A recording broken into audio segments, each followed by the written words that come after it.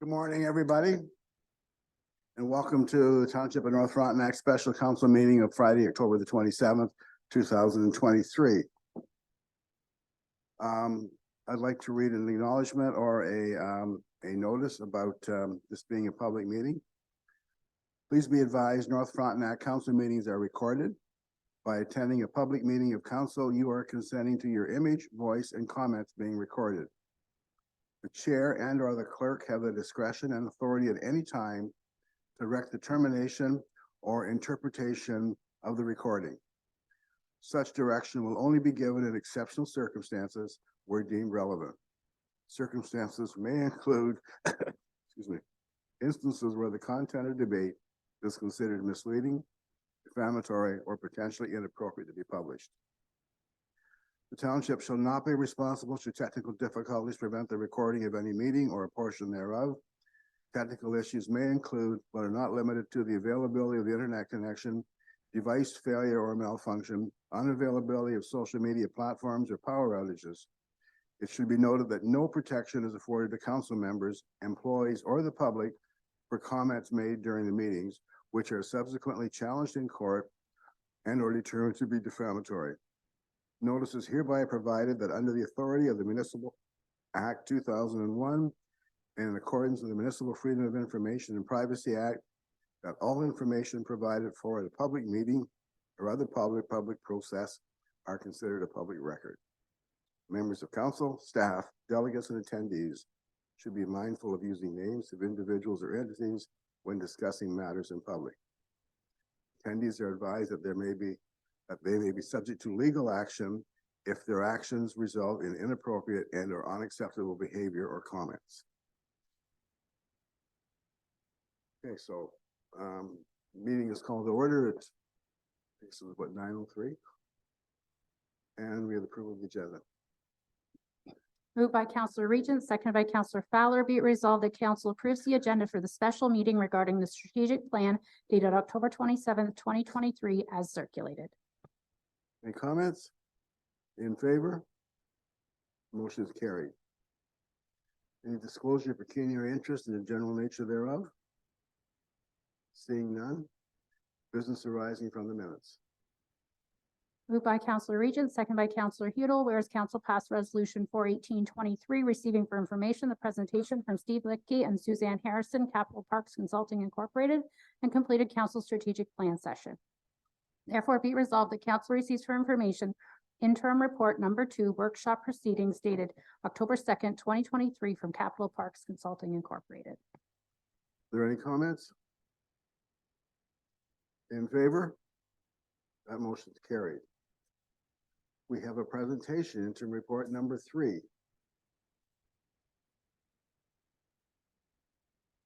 you read that before we do this? Or? Okay. So Steve, you are on. Thank you for joining us today.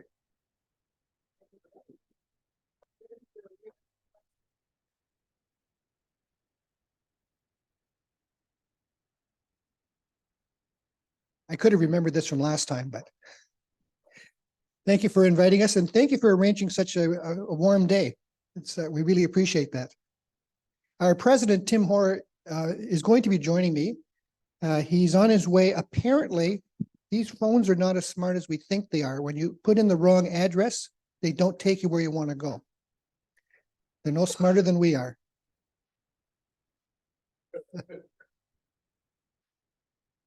I think the agenda was sent out prior to this meeting. If I can get this to work. We're going to try to finish by 1 o'clock. We have left some contingency time in case we don't get everything finished, but at this point, we're optimistic we will be finished by 1 or possibly even before. So, you know, a number of us have to leave 1:15, so 1 o'clock is pretty much got to be it. We will finish at 1 o'clock or earlier.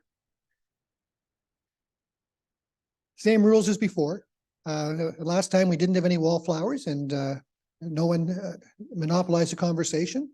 Just a reminder to turn off your phone. You can check your messages during the breaks or whatever, or after 1 o'clock.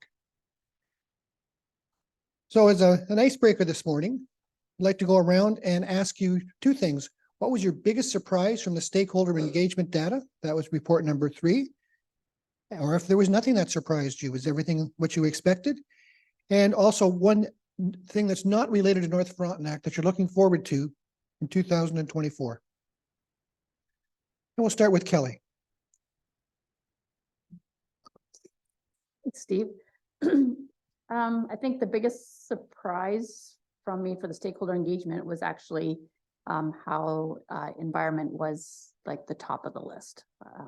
Whatever reason that did surprise me. Usually roads are kind of the top of the list or something like that, but environment to me seemed to, in the surveys and stuff, seemed to hit quite high. What I'm looking forward to, that you anticipate will happen sometime in 2024? I don't know. I guess seeing the strategic plan come together and watch it evolve as it goes. It's not North Frontenac, but it's close enough. Okay, one of the biggest surprises, I don't think I had a big surprise. I thought the data was pretty as expected. I think it was great information. And then one North Frontenac thing they're looking forward to. I think mine would be the same as having a strategic plan that we can all work from and go off of.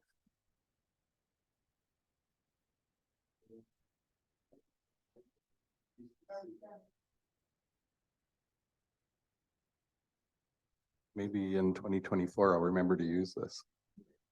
Not really a surprise, but I was pleased to see the focus and interest on roads and that folks are willing to see a gradual tax increase to support that important part of our infrastructure.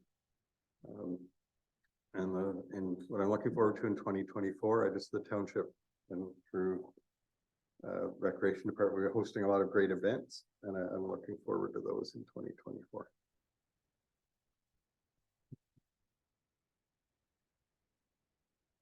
I agree with Darwin. I think the biggest takeaway and surprise for me was the increase in taxes with respect to maintaining services, increasing and expanding, and looking forward to the future.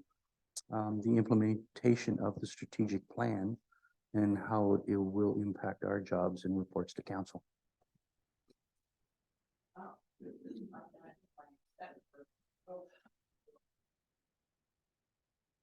I think my answer for the first part of that would be the same. None of that was really a surprise. I think that's good, though. I think if I was surprised by any of that, I probably shouldn't be sitting here. The thing for North Frontenac specifically, while I appreciate the strategic plan, we have to do that. What I would pick actually is I would really like to see some movement on affordable housing and seniors housing. It's at the top of my list, and I talk about it all the time, which I'm sure is probably not fun for everyone, but it's a huge big deal here.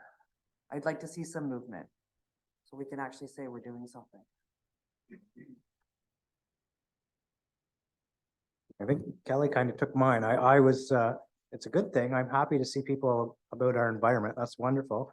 But I honestly thought too, they always seem to pick on the roads. So I kind of thought that would kind of be the big number one, the roads and infrastructure would be the number one concern, but it really wasn't. So that was pretty awesome. And it looks like from the comments we received, it looks like we're doing pretty good in a lot of our areas. So I was pleased to see that. 2024, I'm really pumped right now, as many of our staff are. We had an awesome local government week, and Eric just finished up our stuff yesterday with the fire chief for a day. So I can't wait to discuss that for next year, that whole thing for next year. I mean, it hasn't been a big focal point for us in the past. We've done some great things, but this was the best. So I can't wait to start discussions again about that for next year, and our budget too. I'm looking forward to our budget discussions too. Mine's not specifically to the data, but I was surprised at how many respondents we had to the survey. I thought it was really amazing. So that was my big takeaway, that people are listening and people have a voice. So that was really great to see. I'm very happy to see that that environment is big for our people. And for 2024, I don't really have anything to add.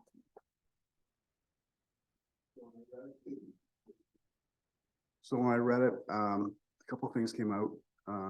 The number of people that would keep taxes the same at the expense of reducing services. I thought that was much higher, even though it wasn't great. It was much higher than I would have thought. It was nice to see that they said, well, the majority said a gentle increase to cover expenses and so on. I didn't see anything in there that said, let's have a major levy to upgrade the roads and so on, Darwin. So we'll work on that. The other thing was the comments from the local school here. And I think we need to do something, not a lot, we need to do something for them. For 2024, I'm looking forward to the strategic plan being completed and us moving forward. I want to pat the staff on the back here. They've done a great job of preparing the council and getting us on board. I think they're very positive. We did Summerfest, we did Winterfest, we did, you know, the student awards and so on. I'm looking forward to that and more. Looking forward to the website being improved. I think everything is good and we just keep doing it.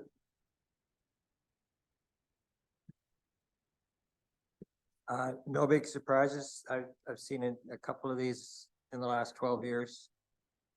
Still, we're an aging population. Keeping youth in the area is an ongoing problem. People love the environment.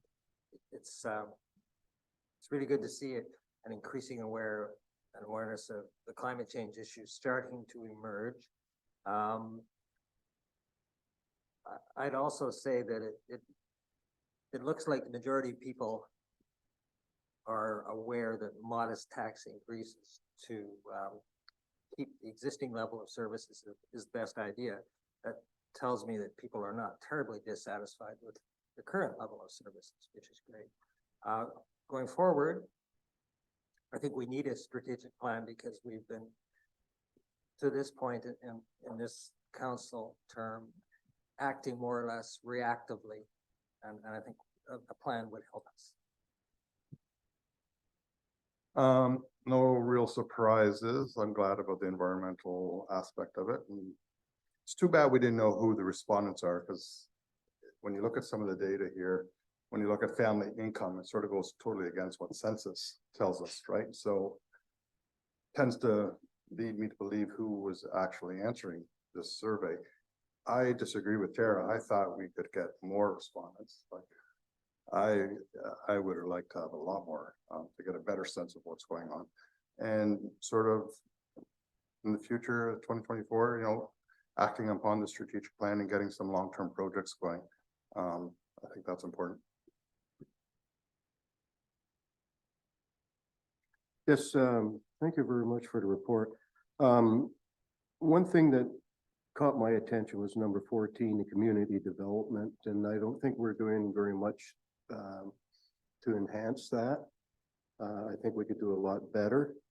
I'd like to see us help more people come here and develop and move here, make this their home.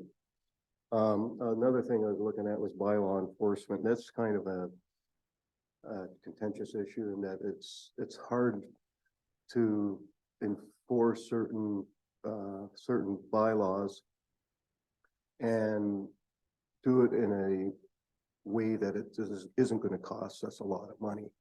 The very fact when you have to bring out a bylaw officer, it costs a lot of money.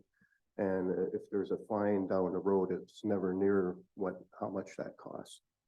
But all in all, I think we have a beautiful area here. And I think we do need more people moving here and contributing and building the tax base.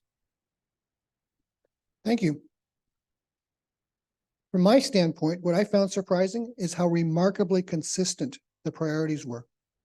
Particularly when you ask the question, what are the most important issues? It was essentially a 3 or 4-way tie, which was pretty clear direction of what people are looking for. And the non-North Frontenac thing that I'm looking forward to is I'm expecting that the Stanley Cup will take up permanent residence in Toronto, but will continue its pattern, it's a long-established pattern of being a seasonal resident in other locations every summer. Out of curiosity, so one of the options for these questions is don't know. What do you think? Does that mean you don't know because you've never needed that service? Like with, like Fred's point about bylaw, right? Like 66 people said they don't know how satisfied they are with bylaw. So do you assume that's because they've never had to call them? Yes. Okay, so. Okay, thanks. Because a lot of people, you probably don't even know who the bylaw enforcement officer is or anything else because you've never come up against it. Same as fire service. Fire service is usually very, very highest level of satisfaction. Well, that's because it's the most trusted profession in the world. But it is. Firefighters are the most trusted profession. That's a fact. Don't laugh. That's not funny. It's a fact. But even 64% of fire and rescue, 64 people said they were very satisfied and 47 said, I don't know. Like, some of this is very interesting to me. And by the way, that's a fact. Look it up.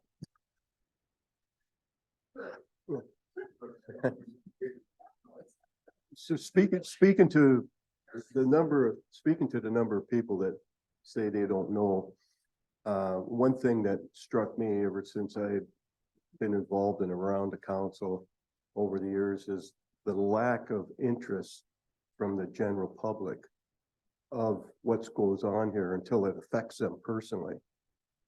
I made a comment to one individual quite a few years ago, and he said to me, he says, well, I don't want to have to worry about what's going on in the township. That's why we got you to do it as a counselor. And a lot of people really don't seem to care what goes on here until it affects them personally, like if they have one issue that comes up. And we see that every time there's a contentious issue coming up on a particular agenda. You can't find seating in here. You know, it's that crowded. But once that little issue is done, they're gone. And I think a lot of that people who don't know, I'm really wondering whether or not if they really care sometimes, and they should. And we have to get more of the public interested in coming to these meetings or being involved in these meetings. I think we're doing all we can. Like we got staggered hours now that we're giving the people the opportunity, but I'd like to see more people show up to these meetings and challenge us if they want. This is their opportunity. I think you make a great point. It's one of the ironies of our society that we see more on municipal services every day of our lives than we do from federal and provincial. But when it's election time, the lowest turnout tends to be for municipal elections. And the people are the least informed, which I can't explain it. Just a couple of quick things on the stakeholder engagement data. One of the anomalies was that there was only one respondent who rents their home. We couldn't find any readily available data on the number of rentals, but we suspect it's probably in the 10% range. But when you only had one respondent out of roughly 150, they're probably not represented. Oops. Size of households. It's interesting how few children there are here. That's why it's a challenge to have a school. And quite frankly, if it wouldn't be for the distance, that your school would have been closed by the school board. And that's probably why the school board's not anxious to put a lot of resources into it. It's also going to be a challenge to get daycare just because of the limited number of children and probably the wide area that they'll be living in. You must be doing something right because most people think the quality of life here is pretty good. And I believe it was the deputy mayor talked about satisfaction with services. People are also very satisfied with the services. And both of these are unusual. We don't usually see the satisfaction levels as high as these. I don't like the term somewhat satisfied. I think I wish I would look at that survey closer, because to me, that almost seems like, yeah, okay, I'm satisfied, but it could do a lot better. So you can take it both ways, but that's how I take it. I had a similar thought when I went through it, but, you know, somewhat satisfied. Still, to me, I interpreted that as being satisfied. I didn't like the word somewhat. It could have just been satisfied. And, then you can go down from there. It's just not something that we're used to seeing. Not without, there's always a satisfied column, but this one doesn't have it. Although I will point out that in both of these, you had a fairly significant number that were very satisfied. And it's just as important to look at the differences between the very satisfied and the somewhat satisfied. And it is between to look at the ones who are satisfied or dissatisfied. Because they tell you, both tell you interesting things. Importance of services. I didn't go down the list and check, but I suspect that you would find that the don't know got higher numbers as you work your way down that chart.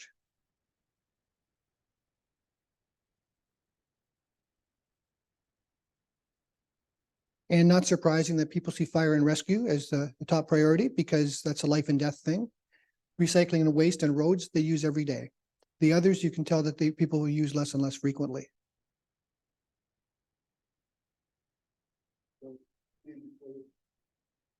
Before you leave that chart, can you do me a favor and just explain that, the whole thing? Please don't put the higher the ranking, the lower the number. So I'm assuming that where it says fire and rescue, that is the most important service? Yes, the way it was scored by the computer is if you picked the most important service, it was given a 1. Okay, If it was the third most important, it was given a 3. And then they added those all up and then divided by the number of respondents. So if they were getting consistently 3s, it would have been higher. thank you.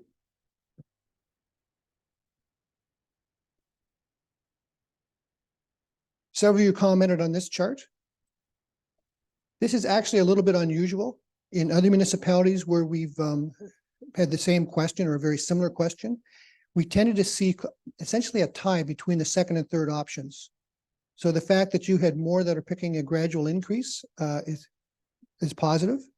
I think it shows that people recognize that inflation is occurring, and if you don't keep up your spending on roads and infrastructure and all your other services, that you're going to fall behind. And I think it was the morning of our last session, we talked about Blind River Matheson that had not kept up and then ended up with something like a 70% increase in taxes in 1 year. Because if you don't keep up with the taxes gradually, you don't just lose out for 1 year. That's built into your base budget then for every year after that. Strengths, not surprising, your natural setting. Things to do here, which was interesting. I'm surprised it came in second, but I'm thinking people are looking at the outdoor activities, the hunting, the fishing, the trails. Not so much that there's lots of amenities, places to go to. But affordable to live here was also interesting. And that was one thing which was not consistent. Some people thought the high cost of living was a problem. Other people thought that the affordable to living here was a strength. I think the people who think it's expensive to live here haven't lived someplace else. That is very true. When you live in the city, I'm going out for dinner, I'm going to Home Depot, I'm going to the LCBO, I'm going to the grocery store because it's 5 or 10 minutes away. Here you have to think about it. And because wherever you go, it's 40 kilometers minimum each way. So you don't go as often. And people think housing is expensive here, but it's not as expensive as a lot of other places. Opportunities. There's an awful lot on that chart. Some of them, there are some things that the municipality can do, like provide more support for small businesses, but there's others like provide more food and shopping choices.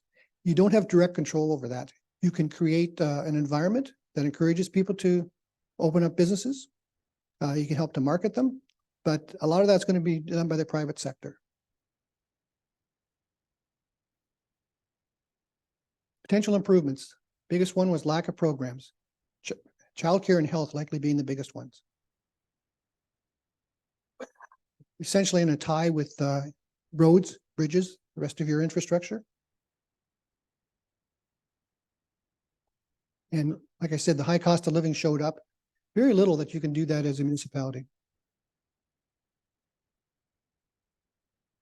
Morning, Tim. I was just explaining that your phone isn't as smart as you thought it was. Thank you.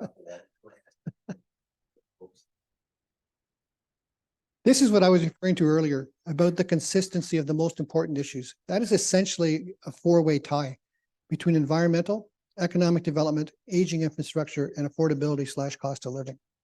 Since there's not a whole lot you can do about affordability, cost of living, the first three jump out at you as the three areas you should be focusing on.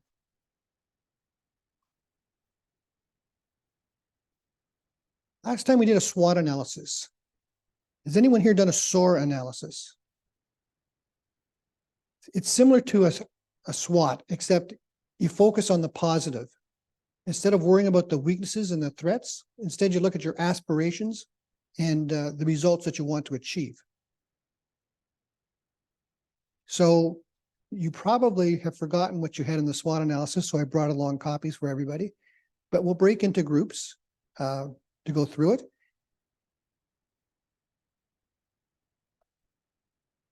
It should take about 20 minutes just to go through, check the strengths and the opportunities, see if you missed anything or you've changed your mind about any, and then focus on the aspirations and the results that you want to see. And I'll break into three groups. Again, the usual scientific way. 1, 2, 3, 1, 2, 3, 1, 2, 3, 1, 2.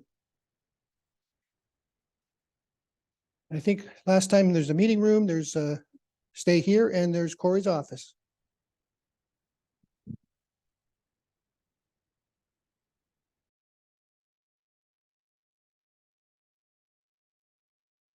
So it's new guy, actually, yeah. So maybe I'll just, I guess, quickly introduce myself. So my name's Tim Hoare. I'm the president and founder of Capital Park Consulting. I would have been with you for session number 1, but it was rescheduled and then I wasn't available. So I missed you that time. And then of course I was late today. So I really am new guy from your perspective. Anyway, happy to be here. I was just chatting with Corey. We had met Corey online back a few, was it sort of 2 months ago before we started the project. So he was a familiar face already. Yeah, this is exactly the type of municipality that we love working with. And in being misdirected this morning, I had a chance to come around the other way from Route 41, and boy, it's very pretty. It's pretty through here. So nice. Okay, so we're gonna take up the SOAR analysis. So of course, strengths and opportunities we had already done. I understand in the first session back, whatever it was, 6 weeks ago. So this time you were focusing on aspirations and results. We had 3 groups, is that right? I think. So what we'll do is we'll randomly select group 1 and get you guys to present your aspirations that you would come up with. And then we'll see if groups 2 and 3 have anything to add. So does group 1 have a spokesperson elected yet?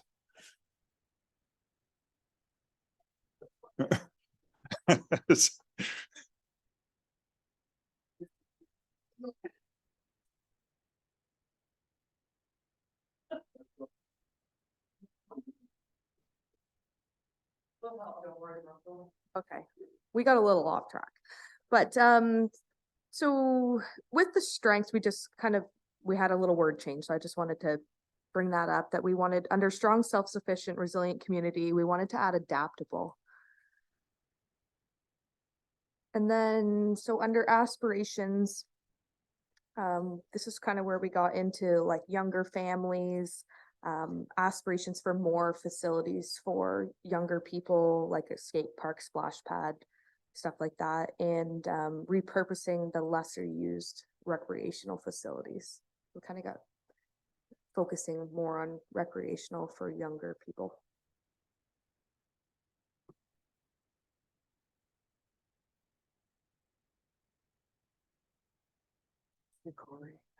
Um, tourism opportunities in the winter.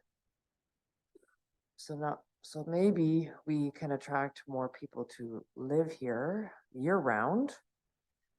And perhaps those that just cottage here would come back more in the winter. So that is a big problem here. People get to Thanksgiving and they're gone. And we need a greater diversity of ages, of people living here all year round. Hence the attraction of younger families with children, et cetera.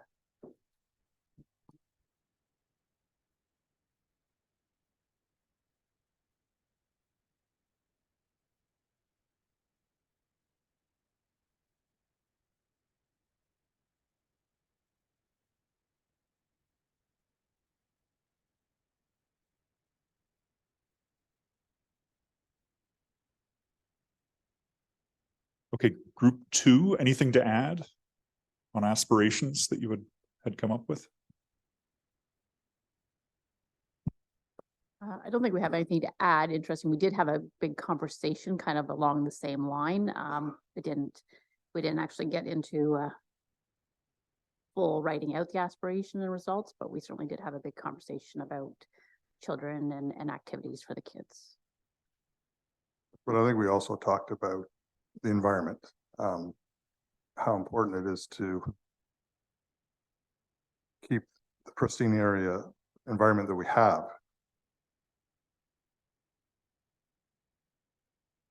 Yeah. Were you looking for our aspiration or just our feedback on theirs? Sorry. Just, Well, both. Okay. I mean, you can, we also want to add things.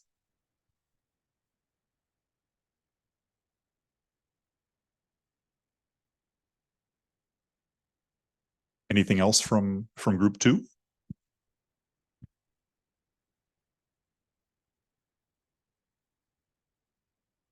Okay, let's try group 3. We were on fire in there. We're ready to rock here. Brutal. Come on. So we talked, the same came up, protect existing natural environment, which attracts many people here. And we hear that time and time again, and we saw it throughout our survey. They love our natural environment here. So that's awesome. We talked about the high quality of life as an aspiration. We want to continue with this and ensure things we do contribute to a high quality of life for our residents. That includes our recreational opportunities. It includes everything that we do, everything that we work at daily. We talked about roads and road infrastructure. We want to continue with high quality road infrastructure and maintenance. One of the things that came up is probably down the road, the discussions that possibly 24/7 service, because when we need to get out, we need to get out. Again, something that'll come up in the future and is starting to become a big thing for a lot of municipalities now. We talked about again, recreation tourism, camping and ecotourism continue to expand and provide opportunities, which also again relates to the quality of life. And with some emphasis on some more non-motorized recreational activities, hiking, biking, canoeing, kayaking, etc. And then I have one more. We talked about, am I going too fast here, Steve? We talked about Hamlet hubs, work at creating an environment and support services for this to happen. Would require attraction of investors, but we could support the basic services, communal services we've agreed to look into, which will be, or we're working with that. So that'll help with this. Also CIP incentives to help the investors to take interest.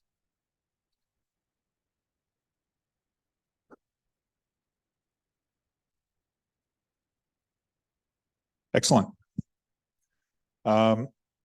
Should we let's move on to results. So thinking about those same aspirations we'd come up with, I guess while we have that was group 3 that was talking, we'll get you to launch into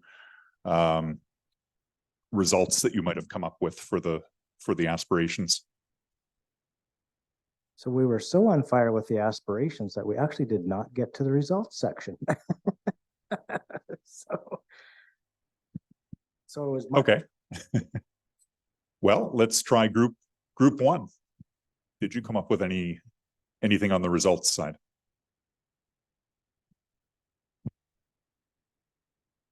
So in our discussions, we didn't say these are the aspirations, but when we talked about it, when most of our discussion focused around younger people, regenerating the municipality, rejuvenating, we want to call it.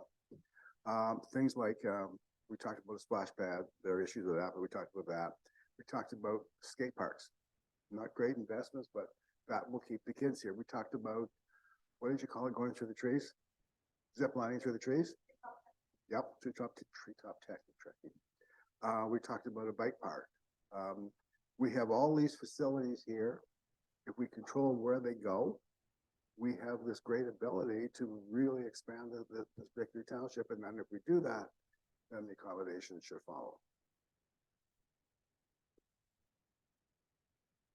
We also talked about affordable housing and so on, but that kind of got sidetracked into recreation, so.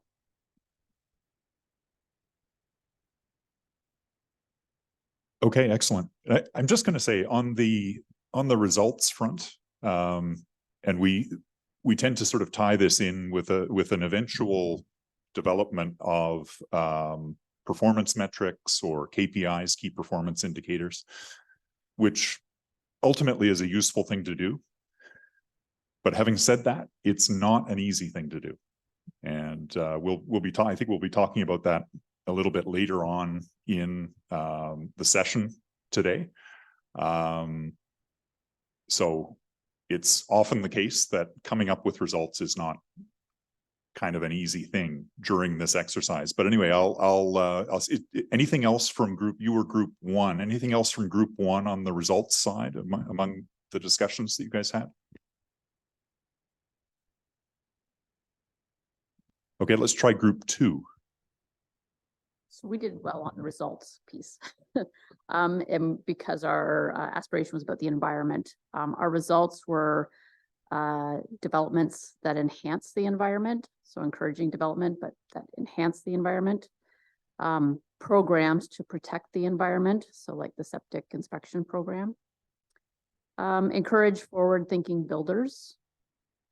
And then maybe developing more camping or the municipal camping.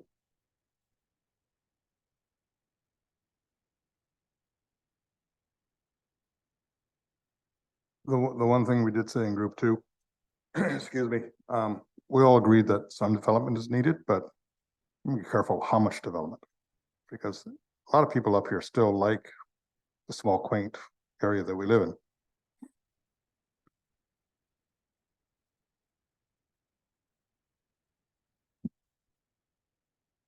Okay.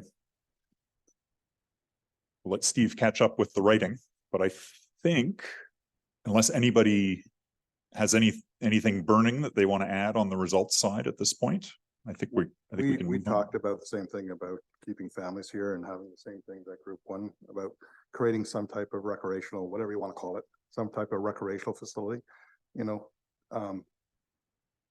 What do you do? Like, you build that and families will stay, or you build it, they will come, sort of thing, right? So. Yeah, it always kind of comes up, the old mantra of, if you build it, it's not necessarily they will come, but will they come, right? So that's you're not the only municipality to kind of struggle with that, right? Fred? Yes, one of the things that we did speak about was affordable housing. We did mention that it's very difficult for somebody new getting into the market to be able to afford a home, and especially really, really young people that are just starting out. it's almost impossible for them to make it in today's environment. Believe me, I know. I have two daughters in their early 20s who live in Toronto, and they're looking at, wanting to buy a house downtown. Good luck with that. Making, $20 an hour or whatever. It's tough. They do seem to be. They do seem to be. Group 3 talked about, young people coming, and what's clear is that young people need jobs. Jobs are created by small business, in this case, not large businesses. So anything the township can do to continue to attract small business. And my own observation is that small business often comes here because of lifestyle choices, not because it's an easy place to do business, but because it's a wonderful place to live and raise a family. So anything we can do, like our community improvement plan or other initiatives we could develop, will bring those other services like treetop trekking. If there are young people employed here, they will make stuff happen. Yeah, it's interesting. There's always a little bit of a kind of a chicken and egg thing, right? You want to be able to attract workers so that you can attract businesses, and which one comes first. It's it can be a virtuous circle, but something's got to happen first, and the housing is I think an important aspect, because if you have a business that's thinking about locating here, they want to be able to attract people or hire people who are here. So there's a lot going on there, but very important. Any other thoughts? Okay, I think we're good. I think I'm handing you over to Steve. Let's see what's on the next slide. Is that right? Yeah. Is this you? Yeah. Just a reminder that when we got together at our first planning session, we talked about Dr. Richard Florida and the research he did on whether jobs follow people or people follow jobs. And all the research that he did that said jobs follow people. People go to an area where there's a high quality of life, and the jobs will follow. So in terms of what you can do to attract business, some of the things that you talked about are in your control, about some of the recreational opportunities that will attract people, hopefully people with young families, and the population will grow. But you also have to protect the environment on that, because that's one of the reasons people want to come here. Very quick description of what the strategic planning hierarchy is. We're going to be working in a few minutes on establishing the strategic priorities, or the pillars. That's generally set by council with some assistance from staff. After that, there's the strategic actions of what you want to do under each one of those pillars. And again, that's primarily council with assistance from staff. And you also work out what your desired outcomes or your targets or your key performance indicators are going to be. Again, that's the role of council with input from staff. And after that, a lot of the work falls to the staff. The senior management develop the action plans, the operational plans for the year. They report on progress through the various meetings that you're going to have throughout the year. And they supervise the lower staff who are actually implementing those action plans. And somehow I got that slide in the wrong order. Oops. Because I wanted to talk about mission, vision, and values first. When we met last time, we looked at your current vision statement, which is the first one here. The Township of North Frontenac will preserve our unique and pristine natural environment to promote a strong, resilient rural community.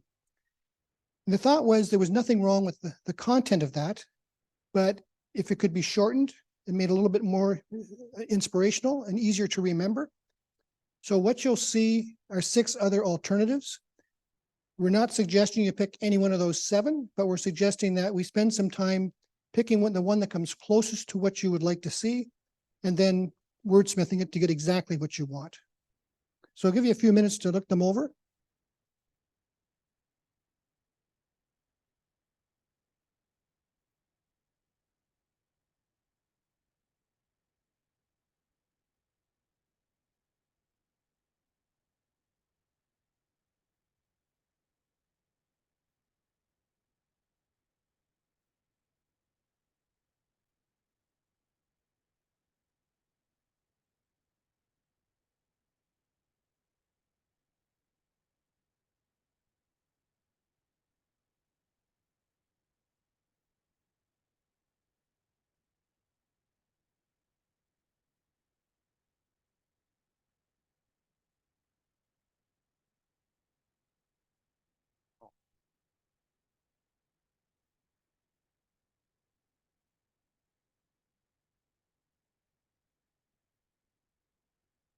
Fred? Yeah, I'm looking at that and the little jingle, Four Seasons, More Reasons.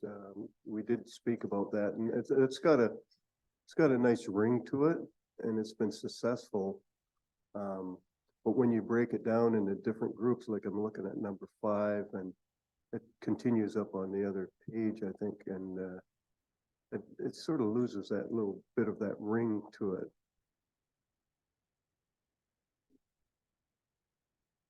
Four and six, I would combine them, Four Seasons, Countless Reasons, what is it, embracing nature, empowering community. So it's basically 6, just change it to embracing nature.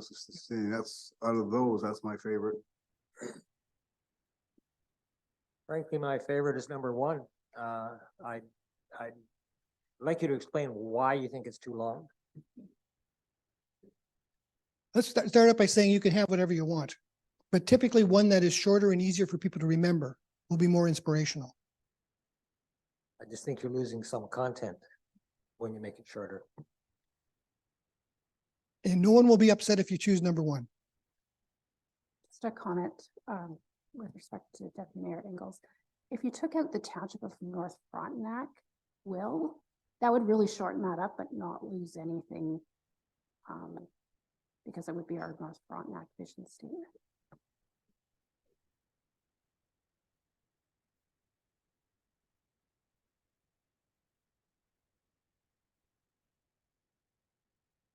I think number 1 doesn't look for it's basically saying we are what we are and we want to stay what we are. And I don't think it's speaking to any opportunities for the future for anybody. I mean, it sounds good and we all like that. I don't really disagree with everything there, but I would like to see something that's going to show that we're moving forward into the future. You can't avoid what's going to be happening anyway.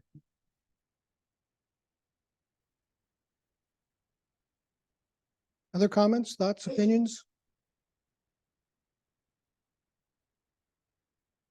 Idea of, I don't like number 1 because it's what we have now. We've had it for a while. I think it's time for a change.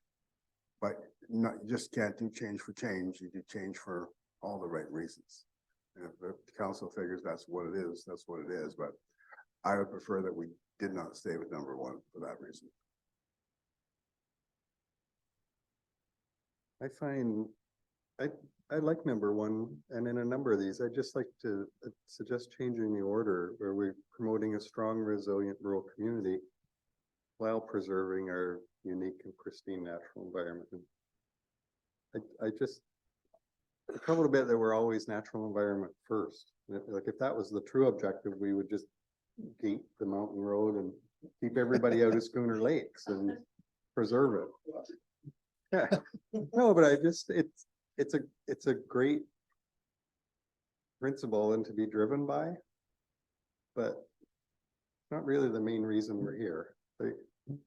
So all the decisions we make should consider that objective, but we really are here to serve a community and promote an area. And I like number 1 could shorten it like Tara said and just switch the order. But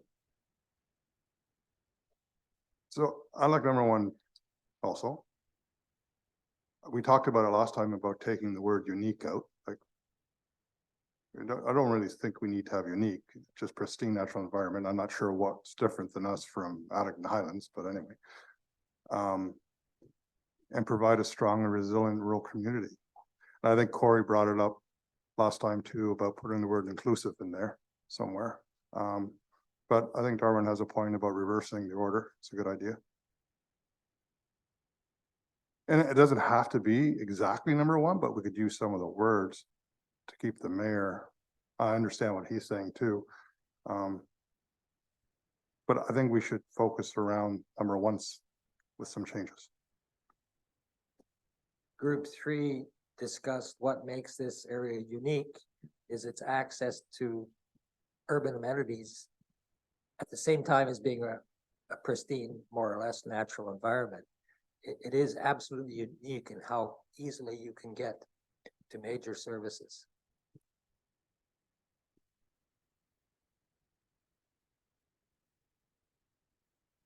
Stephanie, we haven't heard from you yet. To be honest with you, I'm not really crazy about any of them. Like, we've been talking about all these things we need to do here, but to me, this is all very much about how pretty our township is, and it is. And that is partly why people come here. But if we're gonna talk about empowering people and bringing younger families here and doing something for our teenagers and small businesses, I'm sorry to say, I don't feel like any of this really kind of covers that.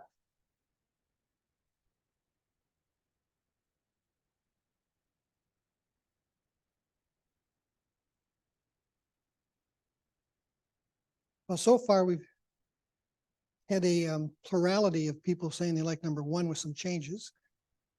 But I wouldn't say it was a majority yet. We haven't heard from everybody.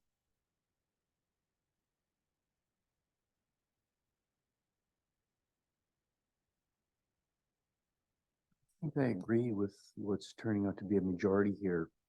Number one has always been, but amending it would probably fit something like building a strong, resilient rural community while preserving our pristine environment or pristine natural environment, shortening it up and reworking. But I think it fits, always has. Now, you two are sitting beside each other. Did you copy each other's notes? Rick and Kelly. Steve? Oh, sorry. Go ahead, Fred. I kind of like six, I like the Four Seasons, more reasons, not countless reasons. Our tagline's been Four Seasons, more reasons. Tagline, so I don't know whether we could keep that just because I think it is kind of that short tagline, and then the rest would be, that mix of number one.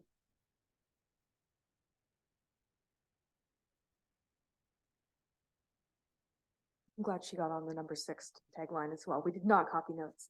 I really like the Four Seasons, more reasons as well. I think the mayor's about embracing nature, empowering community, and maybe we could add, so everybody's satisfied, something in number 1 into number 6.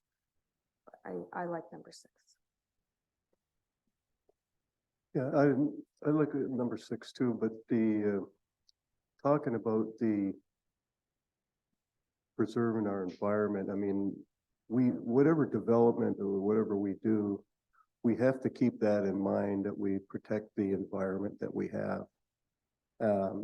We can develop and do that as well.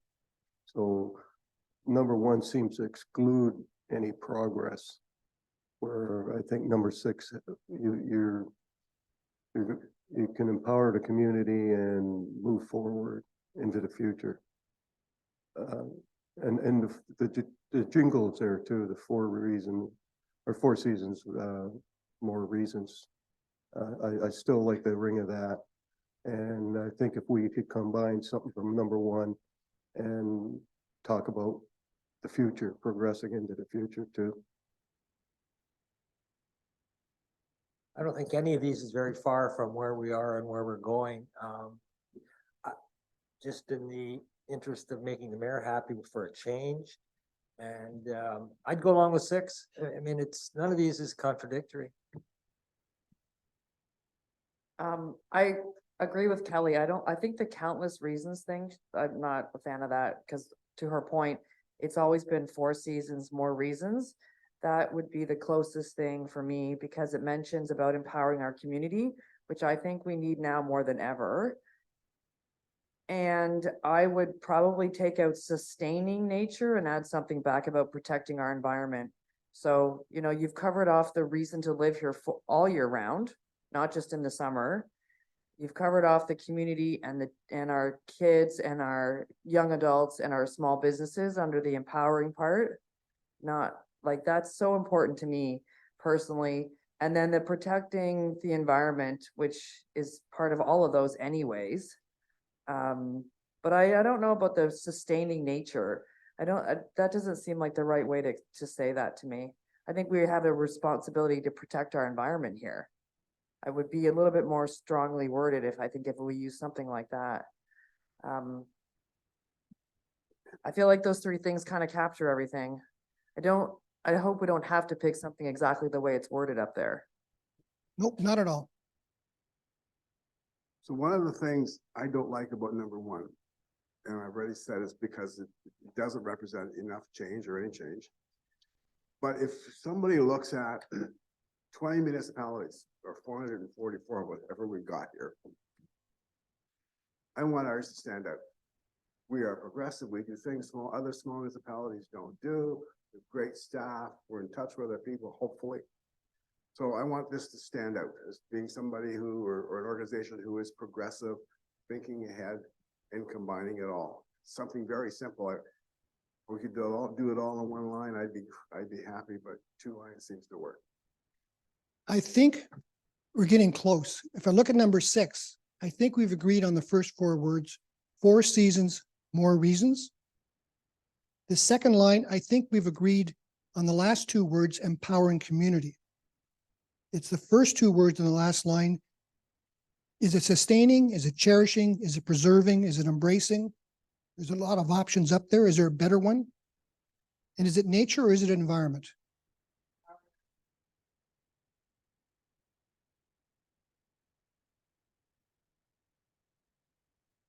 Yeah, I think we're getting somewhere here. And so the sort of the new voice here and somebody who's looking at this stuff fresh.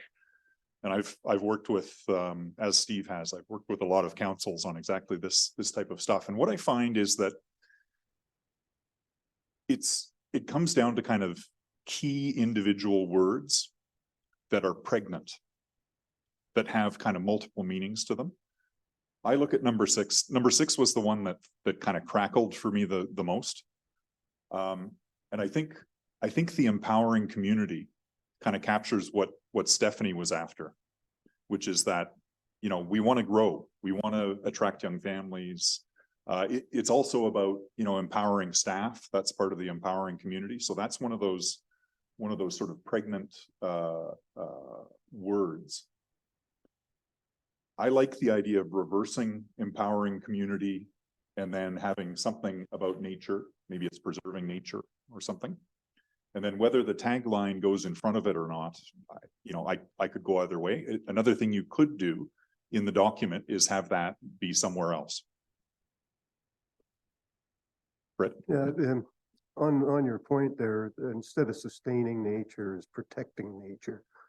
That's quite simple and it's important to everybody here to protect what we have. So protecting the nature is and then empowering the community second, I think would work. I mean, just a thought. Yeah, and I think there's sort of there's a dichotomy, right, between those 2 things. You know, building the community on the one hand while preserving nature. And I think that kind of captures something that's at play here in what's going into your vision for, 20, 30 years from now. Stephanie? Part of that's because we do have people who are worried that they think we're going to overdevelop this township. That's never going to happen, but they think that. So this is almost like our way of saying, we're going to help our community, but we're not going to overdo it. And I think that 4 seasons, more reasons has to be in front because that's something the township has been using and it's used very well, right? But this is almost like a promise, like we're going to do our best here, but we're still going to protect the environment. And the protection of the environment is very important to everybody here. It shows up in the survey, right?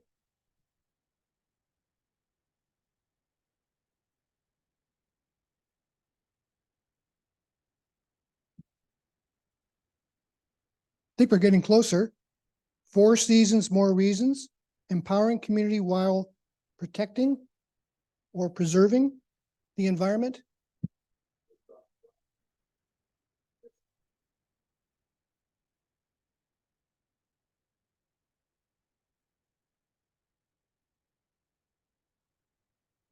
Mind if we change it to protecting our environment?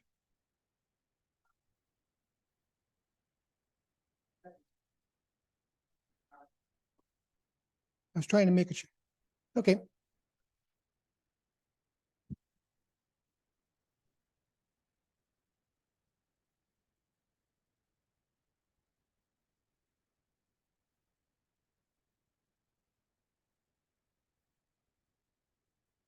Four seasons, more reasons.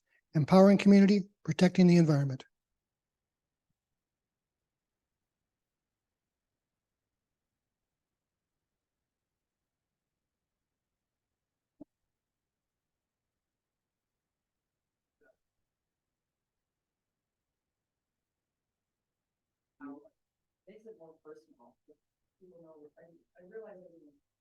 I realize there's an assumption we're not talking about Central Frontenac, but like, we're empowering our community, we're protecting our, I like Jerry's point, take out the word while, but we're empowering our community and we're protecting our environment here.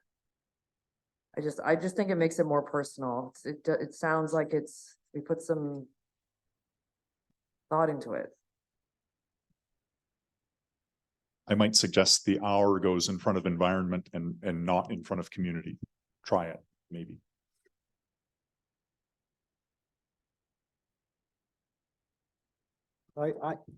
I'm fine. I think it's good. I love it. I just, so we're also gonna talk about our mandate, right? So I'm sitting here thinking of 16 years writing the grants for the municipality. And I think it's important that we also have wording that's going to reflect. So when Brooke's writing a grant for exercise bikes in the park, right? How does this fit? How is that going to fit within our vision and our mandate? Because when you write those grants and though they don't fit within the vision mandate, that's right off the top. That's the first thing they ask you. And if it's not fitting within that, you've lost your major points right there. So I'm also thinking about that as we're doing this too. So I mean, it's twofold. I'm sorry, but it's reality. So we just have to be sure, maybe when we do our mandate, maybe we can kind of make sure that it's somehow there's going to be good wording in there that's going to fit a lot of the grants that we write as a municipality. So I mean, I'm just thinking, so Brooke's going to be bringing a report. There's some funding for electrical charging stations out. Does any of that wording fit within, she's writing that, she's asking for 50,000 for an electric car charging station. Does any of that work within that structure that we're going to be doing or various grants? We have to keep that into consideration. It's important.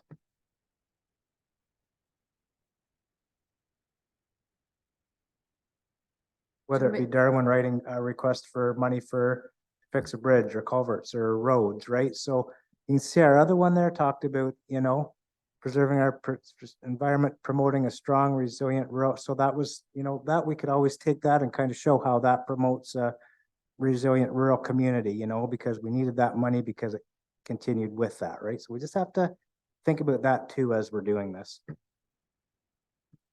Under the mission statement, right? If you shorten this one, which I think we should, and then when you do the mission or you use the word mandate, then I think that's the place to actually put that in.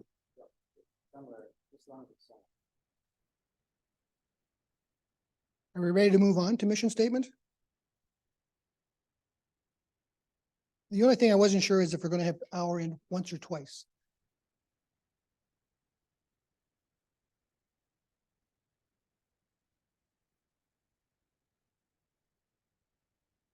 We'll see what the editor comes up with.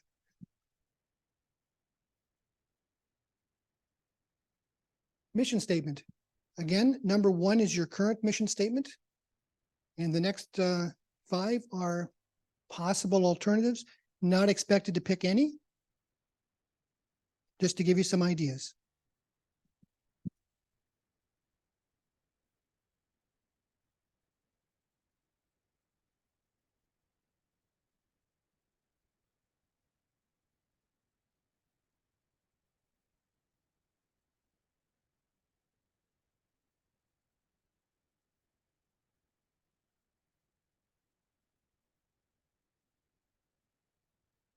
What is the existing one? Correct. Okay.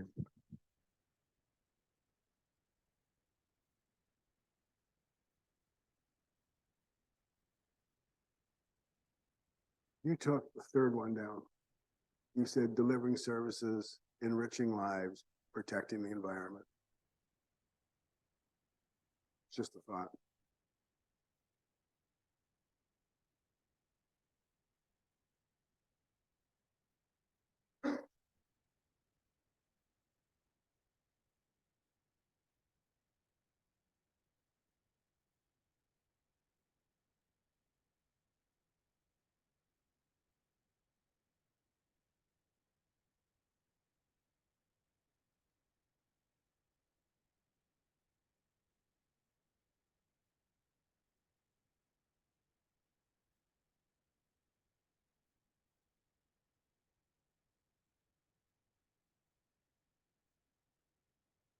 Don't be shy. Just a thought, what if we did something like number 6, if you look, sustainable, efficient service for our community's well-built, well-being while enriching lives? I don't know, maybe something along that line.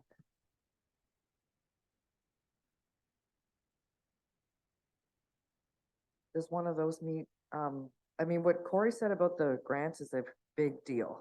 We have to make sure we don't screw that up. So does any of that, do any of those fit that issue, for lack of a better word, better than the rest? I mean, number 5, committed, I like the word committed, because if you're committed to serving the township with efficient and sustainable solutions. I like the word of serving, and I like the word committed, because it means you're all in. You're not just sort of in. Don't want to put you on the spot, Brooke, but since you're the one who writes the proposals,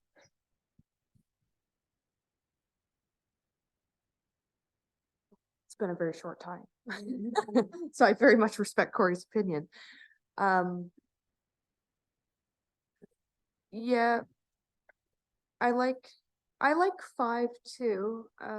Committed to serving North Frontenac. I'm just always not sure, do we always have, if we've got environment in the first one, do we specifically need to say environment again? I think it's when we're committed to serving with efficient and sustainable solutions, that kind of embraces our environment and embraces a bunch of things. I think I like number 5. I think that could be used in a lot of ways in grants as well. Corey, can you remind us the categories of grants that you're thinking about? So again, typically when you get these, especially the provincial grants, they want to know what council's vision, mission, and mandate is. So what you're going to do, so we always write that down, but then once we kind of get down further into the application, we have to show how what we're applying for fits within council's vision, mission, and mandate. So that's kind of where, so you want to be somewhat broad that we can get that in, but I mean, for the most part, most of what we're writing is, we're going to be writing because we're going to see some efficiencies for the township once we do this. So we can craft wording around that, or we're going to, hopefully it's going to make things more sustainable for the township. I mean, the effective, efficient, and sustainable, that was pretty easy for us because everything we did was kind of showing we were creating efficiencies, it was effective in the needs of our residents based on what council had decided throughout the process here. So it's just having to be able to try to bring that back. So when Darwin's writing that grant for, again, like I said, he needs a new bridge for Ardoch Road, where does that fit within what council has decided to be? So I guess that would probably create efficiencies. It would save the township money and it would be sustainable because it's been repurposed or whatever, So like, again, you just have to give us wording that we can play with to make it fit within. It's very important. Is there anything else like sort of health of residents or depending on the types of grants that you're potentially applying Yeah, for? so pretty much everything that Brooke's writing or a lot of the community development initiatives, and that's where we have to focus on that is the quality of life, the health, how it's going to benefit the health. So I mean, she's writing for exercise equipment at the playground. Well, that's a big benefit, right? But again, you can kind of squeeze that into, I guess, effective, but you really have to be able to craft your wording around what council's made our mandate submissions to be. So just for example, enriching lives could cover that that whole sort of, health, livability. Type Absolutely, of yeah, stuff. Okay, yeah. just to say. So my issue here is, and maybe it's a non-issue. First one is the Township of North Frontenac's mission, yada, yada, yada. And then two is serving North Frontenac. So who's serving North Frontenac? Like at some point in time, some of these refer to the township and some of these refer to staff and council. So I think we need to clear that up originally because we're serving the people. So is it our strategic initiative or is it our mission statement, or is it the township strategic mission statement? And it's just in the wording. I was actually going to make the same comment that maybe number 5 would be committed to serving the community, because I was struggling with the same thing, that it was serving North Frontenac, which seemed not really what we're doing. We're really looking to committed to serving our community. So I like some of 5, but with the committed part, but I think it should be community, not North Frontenac.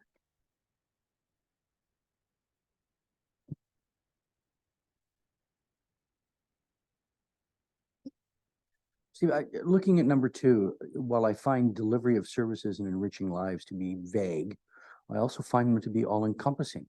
When I listen to Corey talk about completing applications for granting, delivery of services encompasses efficient services, sustainable services. When I look at enriching lives, that encompasses community well-being and all of those things. So while they may be vague, they are all encompassing of what we're doing.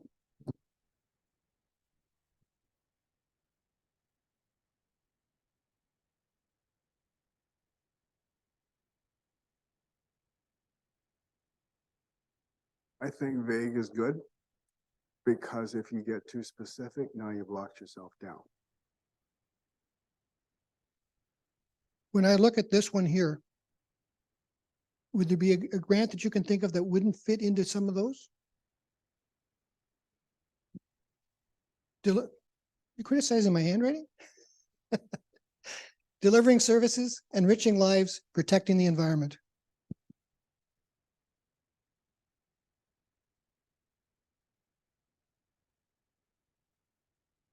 I mean, you can use the delivering services for just about anything, right? But you're pretty, again, it is vague, which is good, but it might be, I'm not sure. I think we're missing a word in there somewhere that might just help. I'm just not sure what it is at this stage. I have to think about this one for a couple minutes for you guys to think about. What about optimizing services?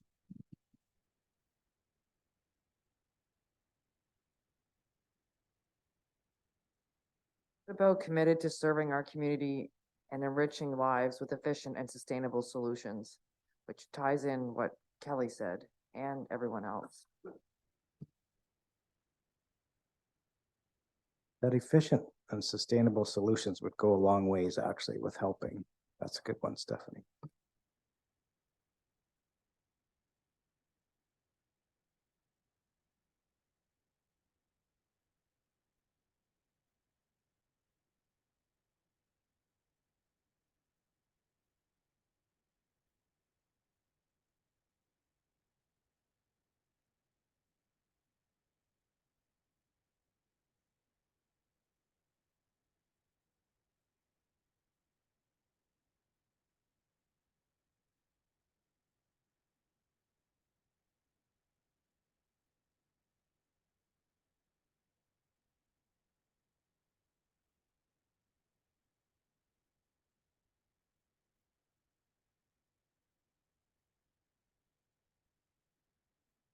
I may not have got that right.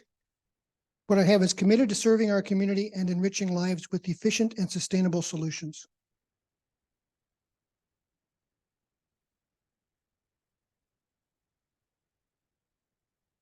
I think you could word most grant applications around that, could you not? Enriching lives, efficient.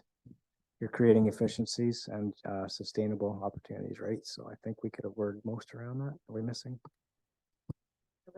I really like that. I think. Yeah, I think it's great. be efficient is an important aspect. I'd say most of our grants over the last 3 years from the province and Fed is about, modernizing, becoming more efficient. That's what they've been trying to help us with. So I think that's important. So what about modernized, efficient and sustainable solutions? I like that word too.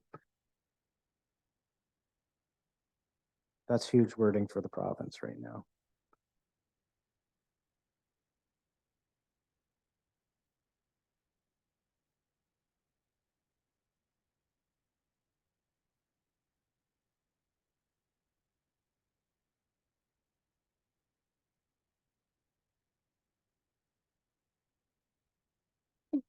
We're okay if we don't put the modernize in. I think it's just about being efficient and,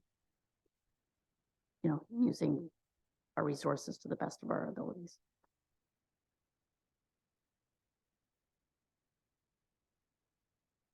Yeah, you can take, I'm not offended if you take modernized out. That's okay. I'm good with that. It was just a thought. I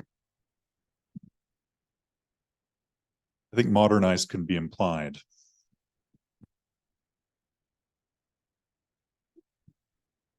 When you look at committee of adjustment stuff and then the county comes back with their version or their review and so on, they will report to points in the official plan and so on. And they just list that and says it applies to that. And then you as the reader are left with the opportunity to then interpret what that says in relation to the application. So that's what I kind of like this. Either one of those works for me because they're not too specific, but they're specific enough to create the atmosphere of what you're looking for.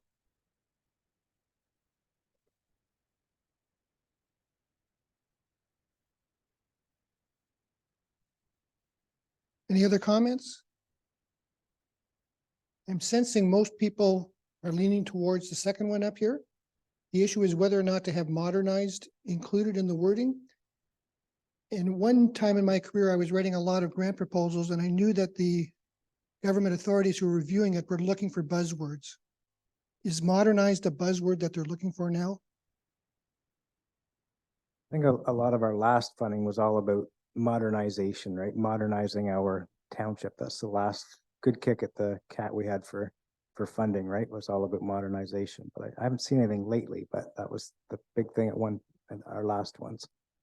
Yeah, it has been the big push, but I think efficient can still embrace the modernization. That's how we would be efficient, is to modernize. So I would take out modern. I've used efficiency more than anything in any reports I've done. Grants. Shorter is better.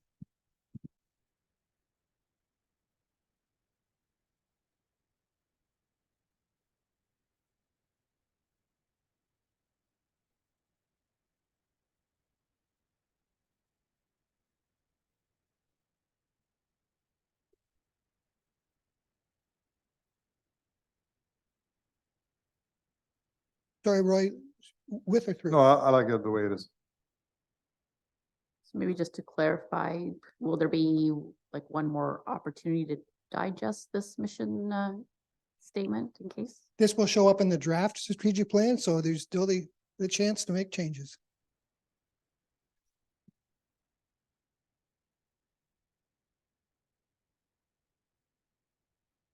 Sometimes after you live with it for a couple of days, you either like it a lot more or you like it a lot less.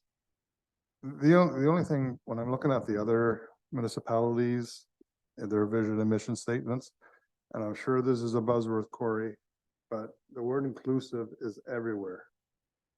And you mentioned it last time, and it's not in any of our mission or vision statement. You're suggesting we put it in one of the two? I'm not suggesting anything. I'm just saying I noticed that it's not in there. You guys write the grant proposal, so the buzzwords that Corey's talking about, I'm aware of them too, and whatever's in fashion these days. So are we doing a mandate as well? No, that's not part of the strategic plan. Okay. Trouble with buzzwords is they come and go pretty darn quickly. I don't like the word solutions personally, just because it implies that, oh, there's a solution out there. If only we were smart enough to get to it. It's not the way things work. We-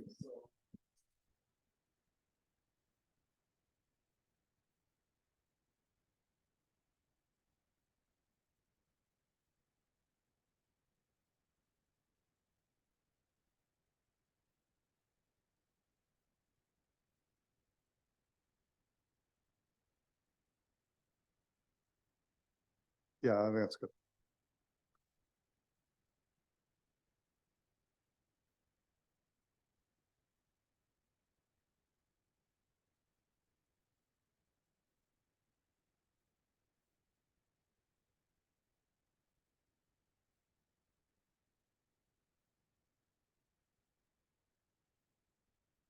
Can I change it to committed to enriching lives in our community? Does that read any better? Committed to enriching lives in our community.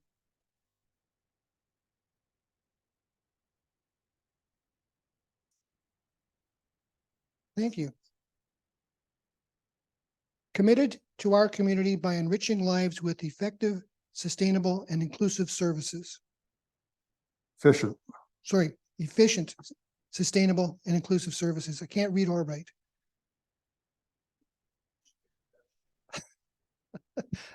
I can't subtract either. I think that's good. For the first draft, that's good.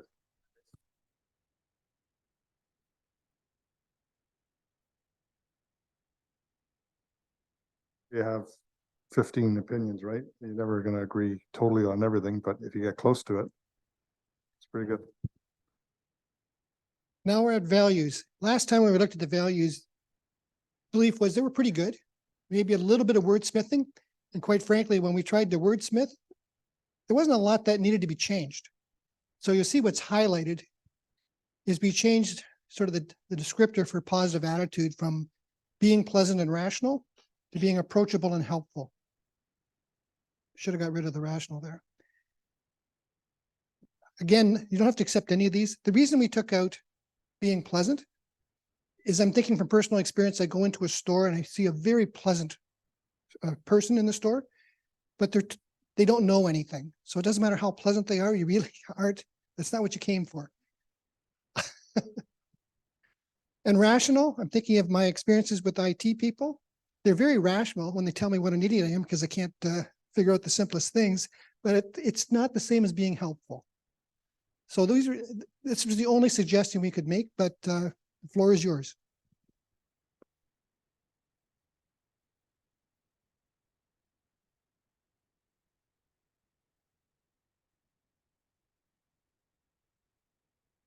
I like positive attitude, approachable, helpful.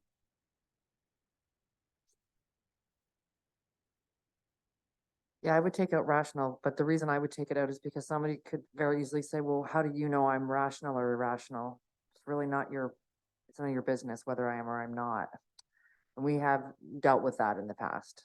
But to Jerry's point, approachable and helpful is pretty general.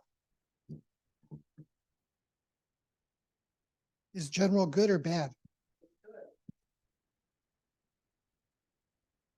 Irrational was left in there by mistake. It was supposed to be out. I don't ever want to hear constituents saying, and it applies to any one of us in this room, you're not being helpful, you're not approachable. I mean, it is possible because they're not getting what they want. But in general terms, we need to be as approachable as possible because we work for the populace. So with just changing positive attitude, we're happy with the rest?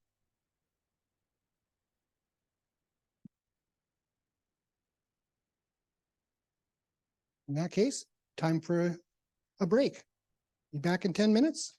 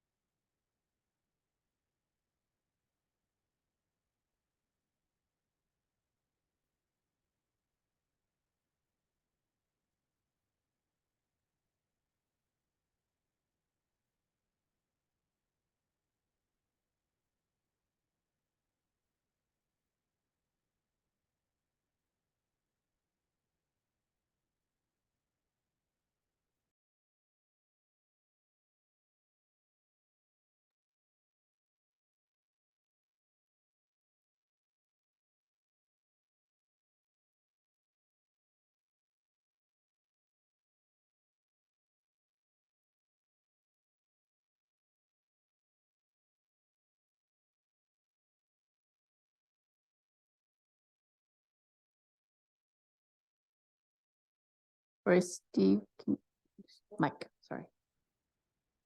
Thank you. We will be able to finish at 1 today, but to do so, you should be working through lunch, if that's okay with everybody. When we met at the first planning session, we had a pretty strong consensus on what the 4 strategic priorities should be. So they're on this slide and the next one. They're also in the handout that you've got.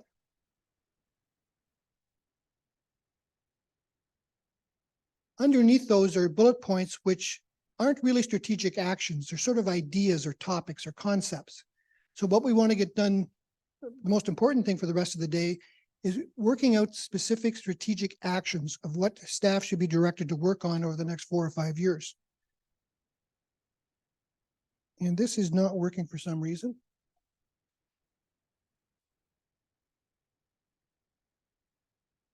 So Tim, do you want to explain how to go about this? Yes, I do. Thanks. So what we've got, well, let me read what we have here. Best practice in strategic planning, municipal and otherwise, is to include a 1 or 2 page description of the actions, objectives, goals that the municipality wants to achieve for each of the strategic priorities. So you've got 4. Typically, we have a page for each. And then you come up with actions, objectives, goals that will describe what you want staff to do to make your vision a reality. We've put an example up on the screen. On purpose, it's not from a municipality. It's actually from the Transportation Association of Canada, which I worked with now, it feels like 5 years ago, which means it was probably 8. And this is one of their, I'm trying to remember how many they have. I think they have 5 high-level strategic priorities, which involves kind of managing the operation. And what they came up with was they've got the high level manage effectively now and for the future. So, you know, fill in the 4 that you have. And then so there's an overall goal that maybe you provide a little more description of what that means. And then you have, in this case, objectives and actions. So I think there's kind of a draft of what the objectives are or the concepts that are going to be under each of those 4 that you came up with. So then it's getting down to the actions. What are the things that we want staff to do, right? To spend your precious resources, whether it's people's time or money on over the next 5 years and probably beyond. It'll probably be durable beyond the next, well, what do we have? 3 years left in this term of council. It'll likely go on beyond that. So I think what we're going to do, Steve, remind me, we're going to break into 4 groups. Would you like me to look after that? Highly scientific. Yes. Okay. Stephanie, you're number 1. Mr. Mayor, number 2. Number 3, number 4, number 1. Eric, you're number 2, number 3, number 1, number 2, number 3, number 4. We're trying to get a mixture of council and staff. Group 1, to save some time, rather than look at all 4 of the pillars, if you can look after A and B. Group 2, you can look after C and D. Group 3, you can look after A and C. And group 4, B and D. One thing we should point out is the fact that they're A, B, C, D does not imply that's the order of importance. They're all equally important. And it doesn't imply that they're chronological, that you do one before you do the next one. Group 1 is A and B. Your group 2, you're C and D. And John, you're A and C. And Roy, B and D. So lunch is coming around 11:45. So you may want to be back by 11:45. Shh, don't tell them that.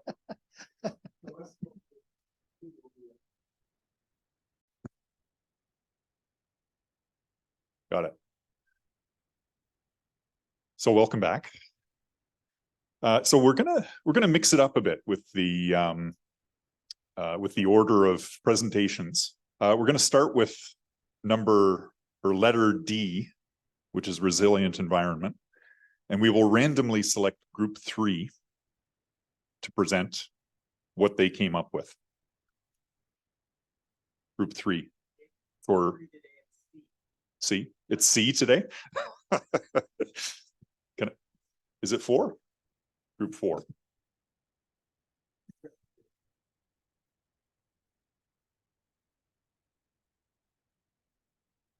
Oh, thank you. A committee with counselors and relevant stakeholders.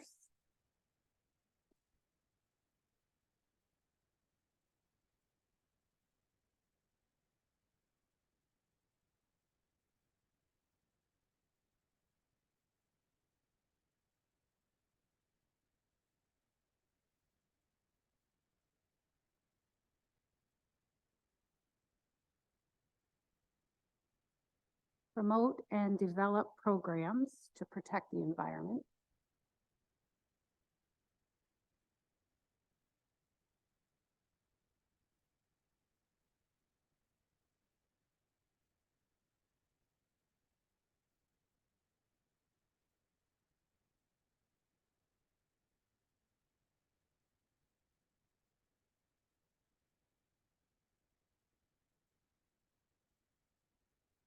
Develop a climate change action plan.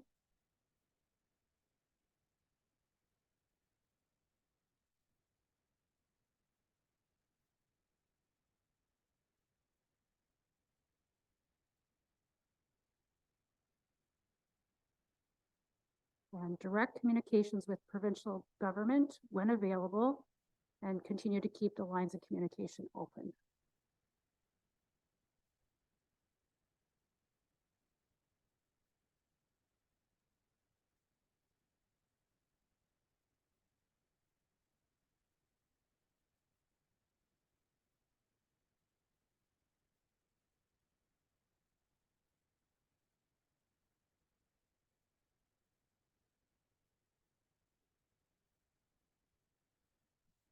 Excellent. Now we had one other group working on this. I might need to be reminded which group it was. It was probably Group group 2. two. Okay. Does group 2 have anything to add to that?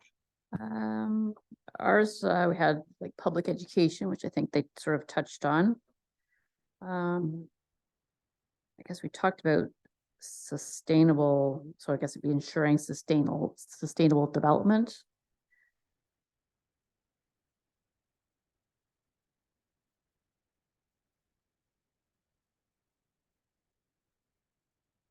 We had investing mitigation measures.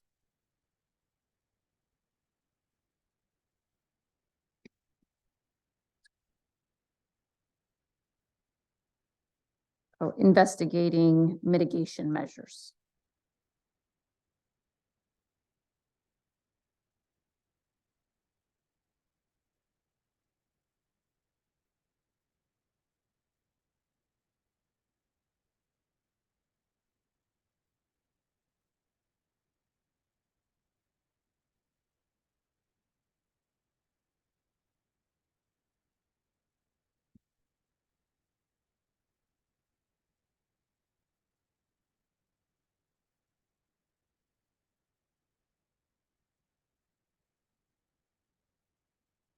Anything else on resilient environment from group 2?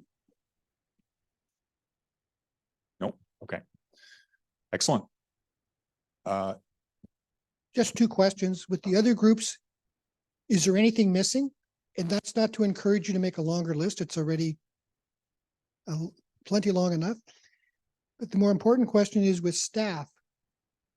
Does this give you clear enough direction that you know what to work on for the next 4 years?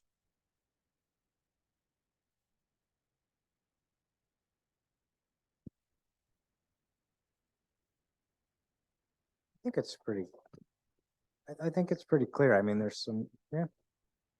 I would say that's pretty, you know, it's kind of leading towards where we need to go. So I mean, absolutely, I think that's pretty good. And I'm expecting that we'll be wordsmithing these over the next few weeks. We may find we combine some of them, like perhaps investigating mitigation measures might be part of developing a climate change action plan. Be careful with that because one refers to invasive species as opposed to the environment and so on. They're tied together, but not necessarily. Good point. Okay, so before we move on to, I guess we'll do letter C next. Just one question that was raised when I was wandering around with the groups, I think it was possibly by Corey or Vernon, was how do we ensure that we're capturing all of the community input that we received in the course of doing, you know, the survey and the town hall meetings and what have you. And I guess my just sort of a general answer on that is that we've all got it in the back of our minds as we work on this.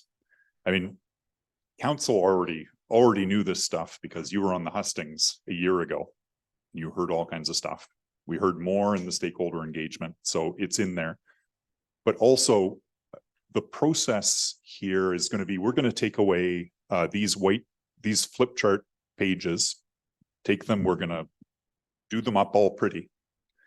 And then we'll discuss them with staff and come back to council with something that looks like it's ready to go. And there will be kind of a final check and balance, but we'll make sure that that we're not forgetting anything important. So, you know, we're not finalizing today. Stephanie.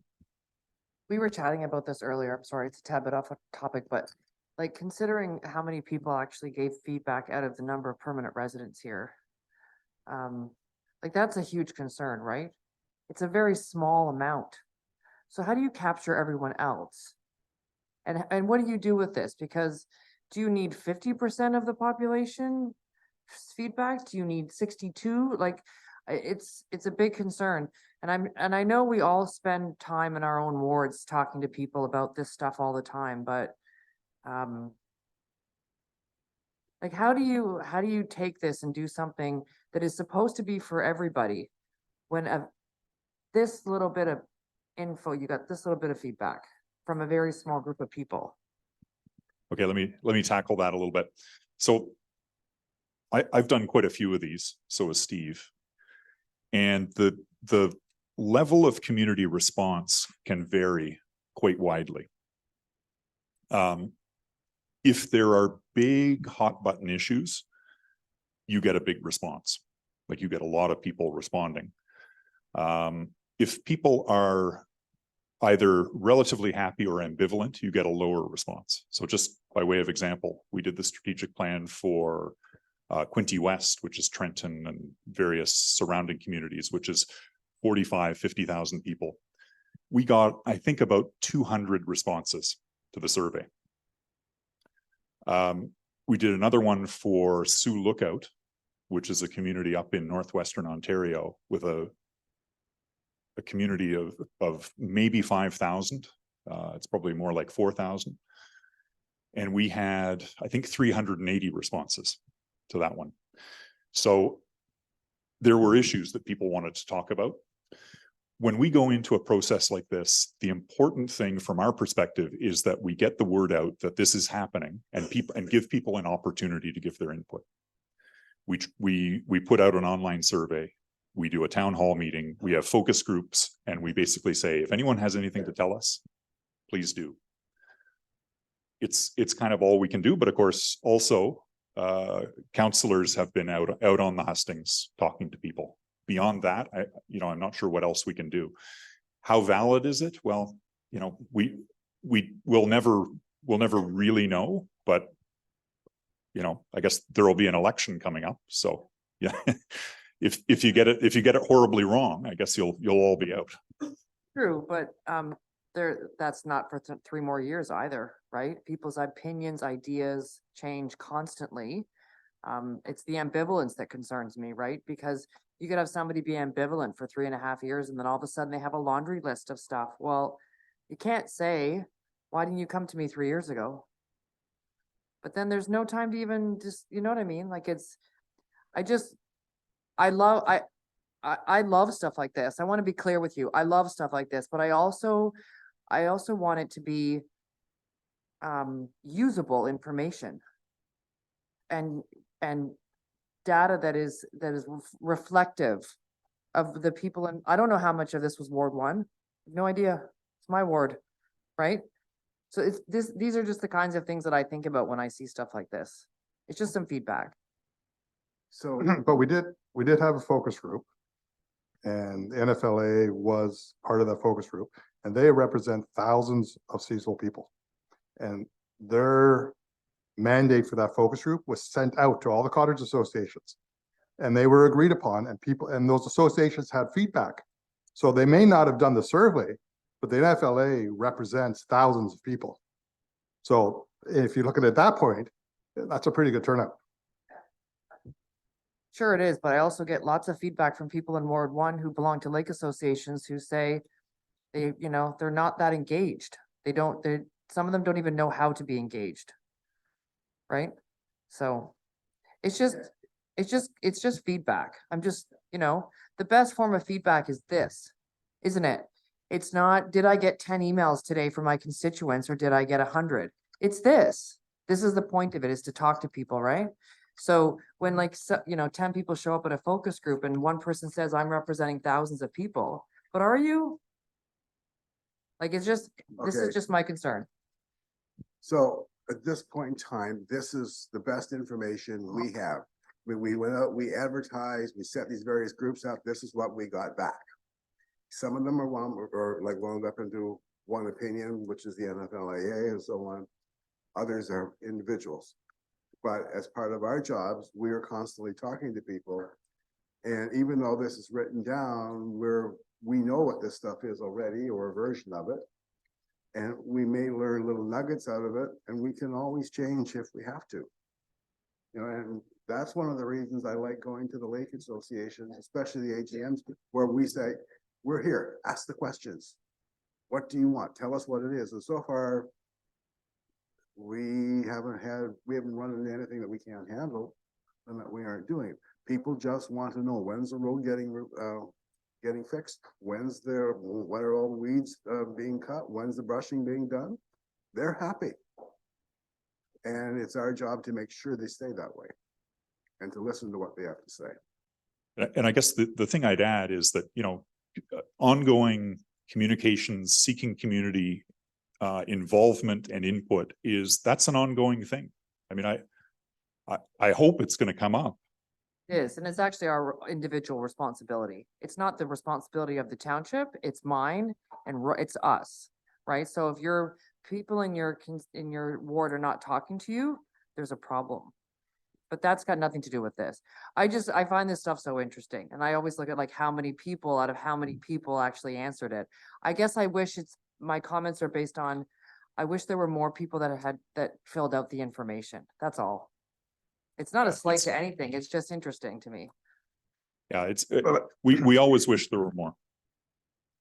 But it's a sample size, right? And if you look at the theory of surveys, I mean, it's a sample size. So you take that sample size and it's a portion of the community in whole. So you're hoping that sample size draws out from what everyone is thinking, right?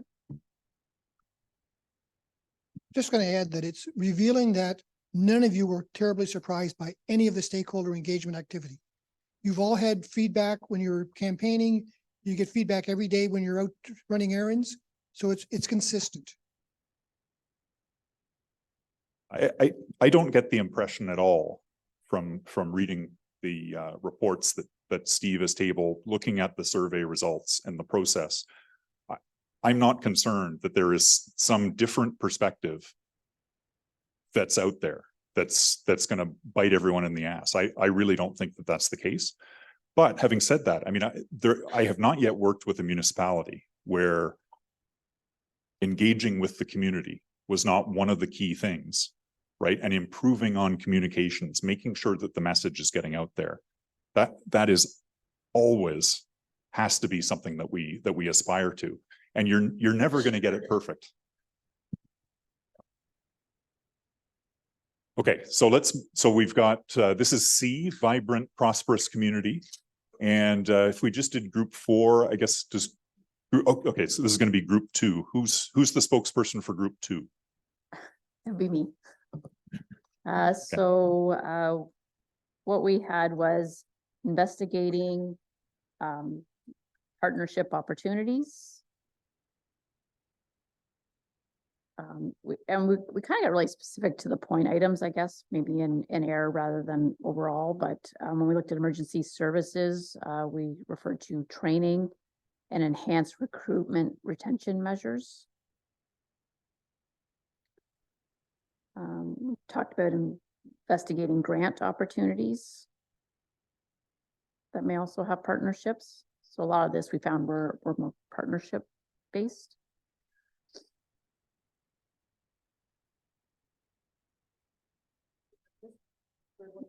Investigating grant opportunities.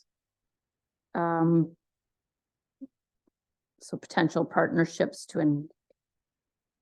just potential partnerships, I guess, with the grants. Oh, the training, maybe it was, training and enhance recruit retention measures.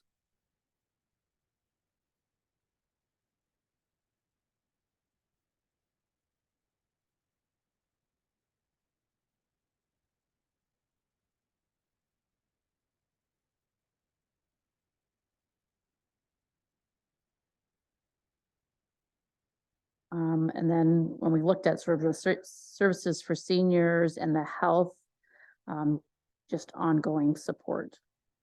So we are doing some support, just understanding probably what else we need to do.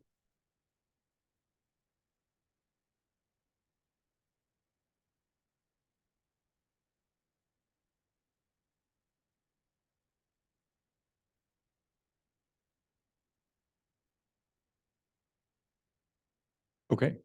So let's see, which other group was covering vibrant, prosperous community? Group 3. Group 3. Do you want to give anything additional or? Yep. So we had continue with events and festivals organized by both the township and partnering with community organizations. We have lots of volunteer organizations, so continue with good partnerships there. I think for emergency services, we said continue with education and recruitment and retention. I think Kelly maybe referred to that already for emergency services. Continue to support doctor recruitment. Yeah, this will be a budget item for us. There's not, we're not seeing provincial funding out there for assistance with that. So continue with that. And the senior subsidization that we're doing with the service agencies, continue with that subsidizing to help with that. Said continue with the Crown Land Stewardship Program and explore expansion down the road.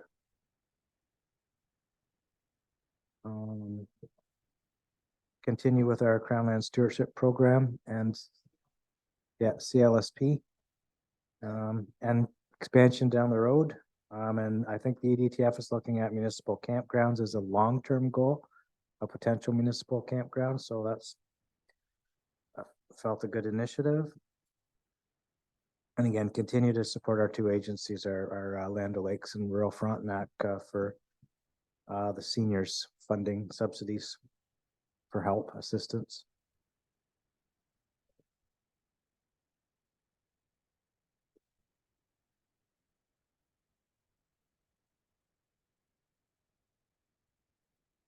Does anybody from the other two groups have anything to add here?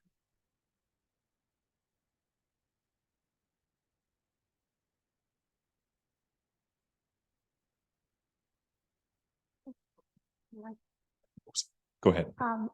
So I think when we talk a lot about the continuing with the CLSP and stuff, one thing we never talk about is the provincial park and maybe looking at expanding it into winter activities.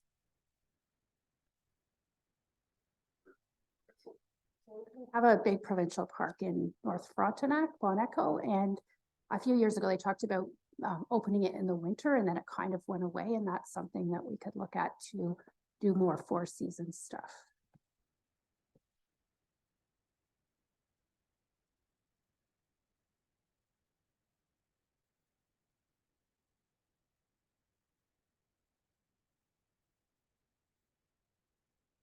Anything else?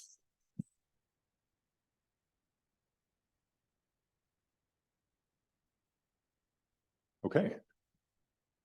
We've got the beginnings of a good bullet list there. Okay, so now we're down to point B, I guess. Which is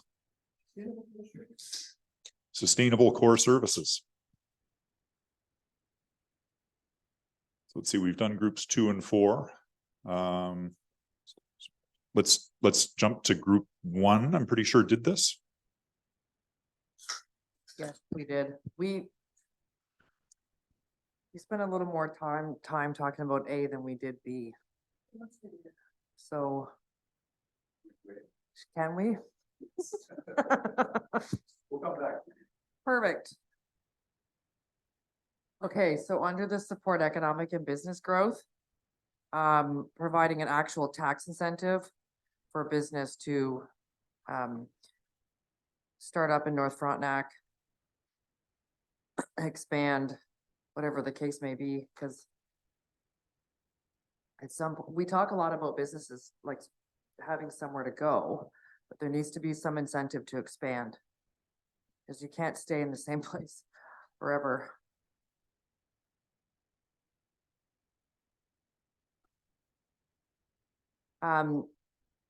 Revamping the community improvement plan to include small business startup funding. And that could be on a small scale, like helping with a website and a little bit of infrastructure all the way to something else. We didn't really get into the something else, but there are some small things that could be done in the beginning for people that would help tremendously because they might not have money for it.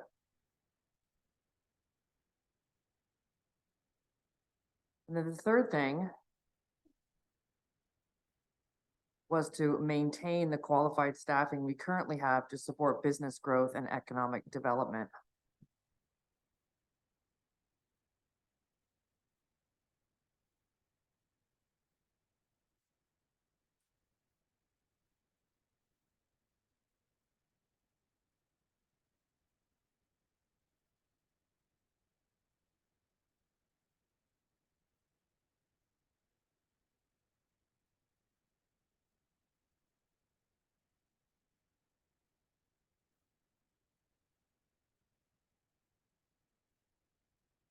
That was sort of it for that one.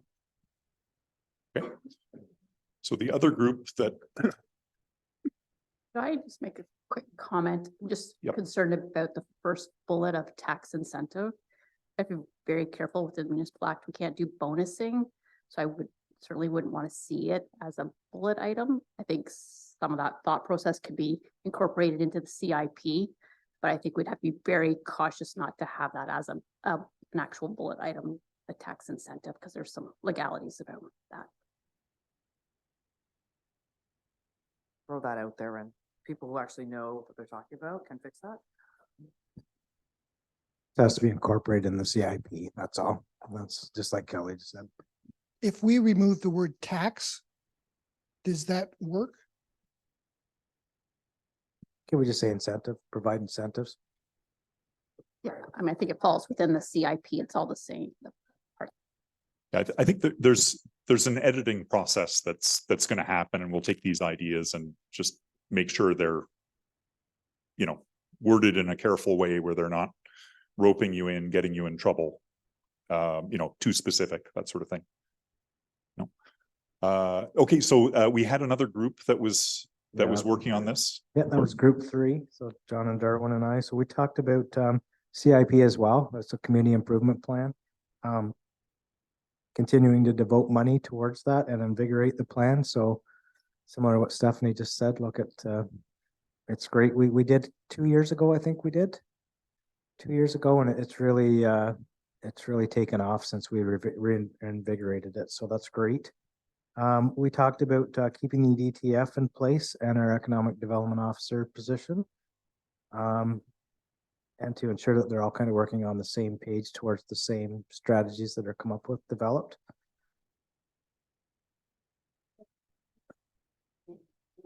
Economic Development Task Force, EDTF.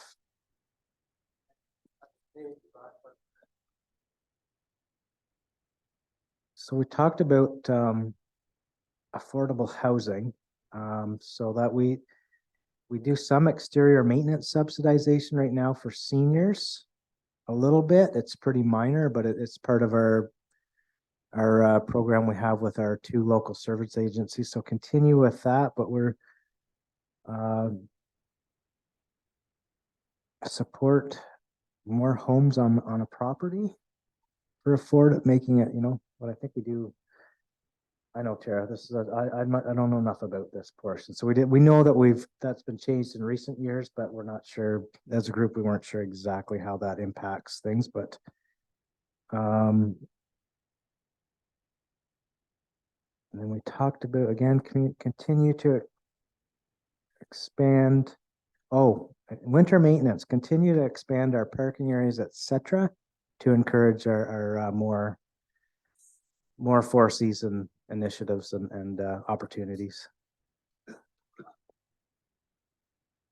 Winter maintenance of parking areas, etc., throughout the township.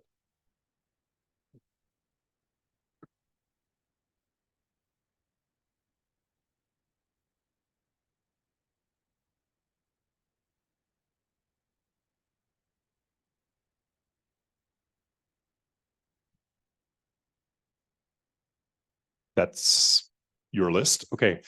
Other groups, anything to add on vibrant, prosperous community?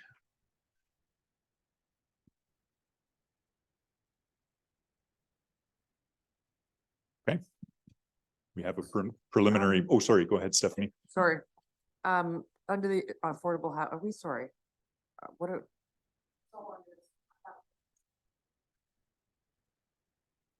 The affordable housing, can we add the affordable housing piece here? Okay, so just to be clear, like for us, affordable housing was new affordable housing. It wasn't there's so many definitions of affordable housing. It was not helping people afford to stay in their own home. That's not what we talked about. What we talked about was new affordable housing. So, and we had a sort of like a side discussion about how do we access the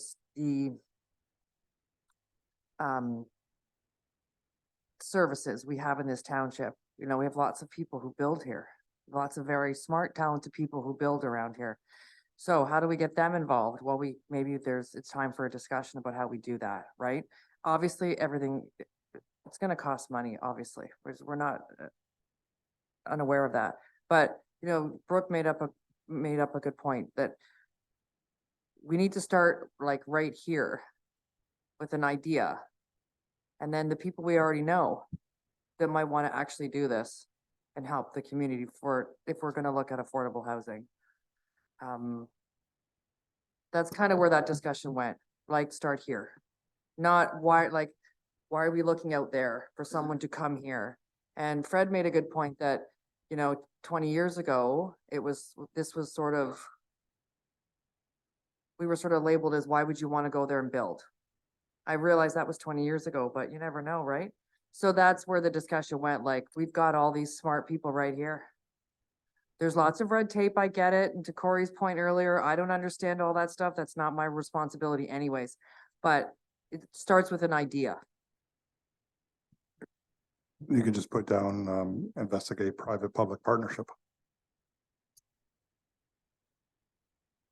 We also put down, provide a wide range of options. One of the things that other municipalities are finding is you talk with developers, they're used to building 3-bedroom bungalows. So they'll come in and they want to put in a subdivision of 3-bedroom bungalows. But what came up in some of the stakeholder engagement is young people would probably be happy with row housing or living in an apartment or in multi-unit dwellings.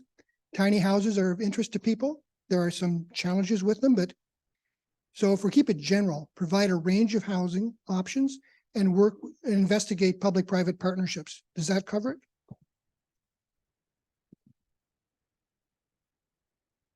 it? And I might add to provide kind of encourage, right?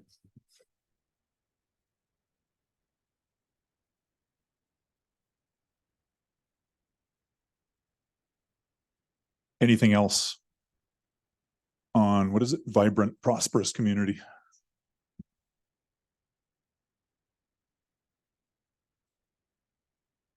We had the same comment about Richard where the market communities, and we talked about on that, that's the start of the Carol reference. Yep. They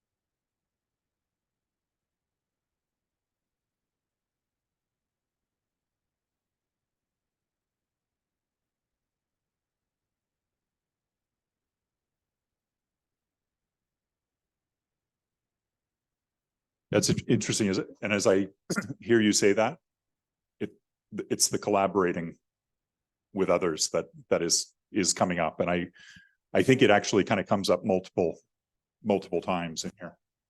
And I realize part of the park falls within Addington Highlands, because it does cross the road over there, but so there's a collaboration opportunity too. I think the parks, the provincial parks usually shut down completely at a certain time and don't open until the spring. And that's all of the parks that I've come across. There are a few that stay open year round. Like I know Pinery and Grand Bend is open. There's one in Bruce Peninsula that's open. There's several across the province that stay open year round.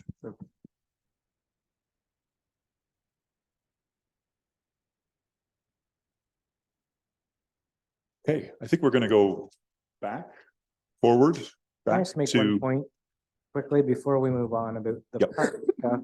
And we have our own North Frontenac parklands too. Maybe there's some opportunities to explore there as well for some off-season opportunities too, possibly. Yes, sorry, that was written down here, North Frontenac Parklands. I just didn't happen to mention that. okay, we've got it. Okay, now we are gonna flip forward to go back to sustainable core services. What group have we not done yet? Was it group 2? I think it's, you did, oh, so it's group 1. This is the one that we didn't spend nearly as much time on. Probably because this was my personal opinion. I feel like as far as roads and bridges, boat launches, municipal buildings, cemeteries, and the sustainable infrastructure for the community, I personally feel like the township does an excellent job dealing with those issues. A lot of that is budget driven. We can only spend so much money.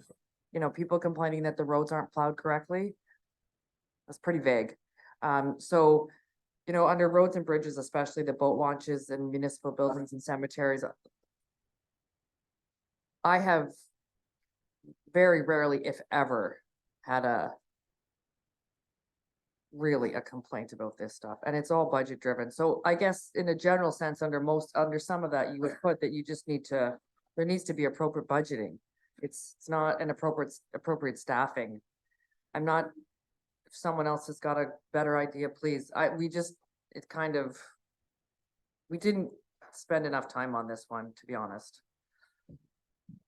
Go ahead, Corey. So this is where we've always discussed, so a lot of the times we see these, again, I'm gonna go back to the grant stuff, and we're seeing these stuff and shovel ready was a key word. So we have not been good about being prepared. So we know we have issues coming up.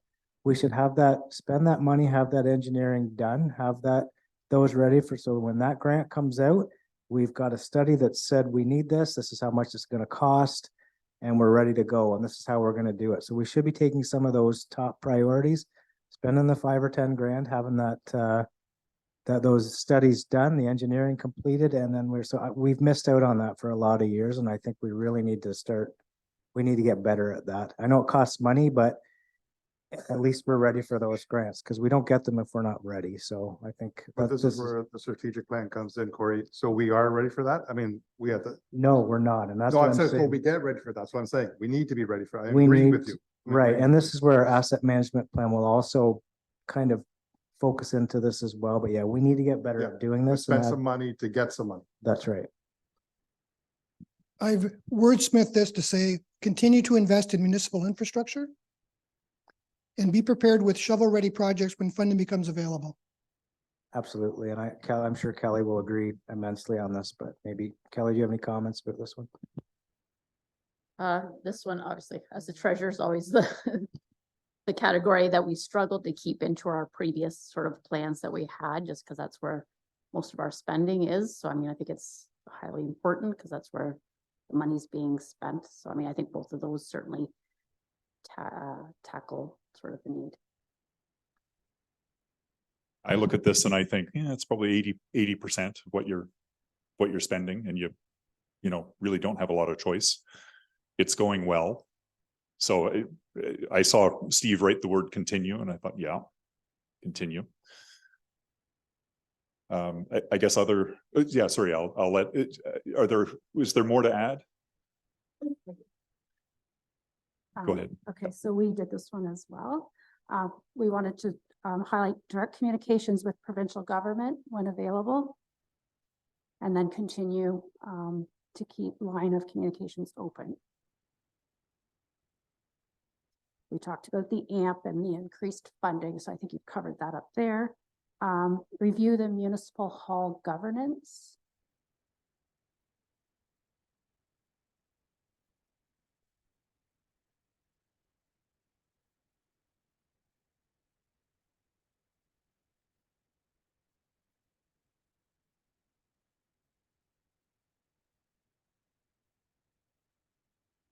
What does that mean, Tara? Curious what that means. You were supposed to speak this because I'm getting elected again, right? Oh. We talked about, Tara and I talked about, how many halls do we have? 5. Maybe we need one big hall. We need 5 small ones. Don't even go there today. Been there, done that. I would agree we maybe need to repurpose some of our stuff, so it's used better, which is on our list, on the other list, but, yeah. Going down to 1. I'd never, When we talked about it, I mean, this is just put up there. We're not saying how we're gonna do this, right? But I mean, there's other things with governance that needs to be addressed that we talked about. It's not the place and time now to talk about it. But even if we did have some satellite halls, you know, and have, like we talk about splash pads and roller skate parks and that, and a nice little gym beside it with some professional offices to maybe have a doctor, a chiropractor, hygienist there. That's what I'm talking about. We also had to, we had developed partnerships where applicable. So we looked at for different things, different groups. So maybe with boat ramps or beaches, maybe lake associations. For the cemeteries, maybe some community volunteers. What was the other one we looked at? Oh, and the municipal buildings or the halls with the volunteer groups. So just partnerships in general. I think I missed some of the partnerships. Well, we just talked like vaguely, and again, that's maybe where I was getting in the weeds, with different groups for different things. So there's different groups that would help potentially with different services. Placeholder, I'm going to put down for quality of life services.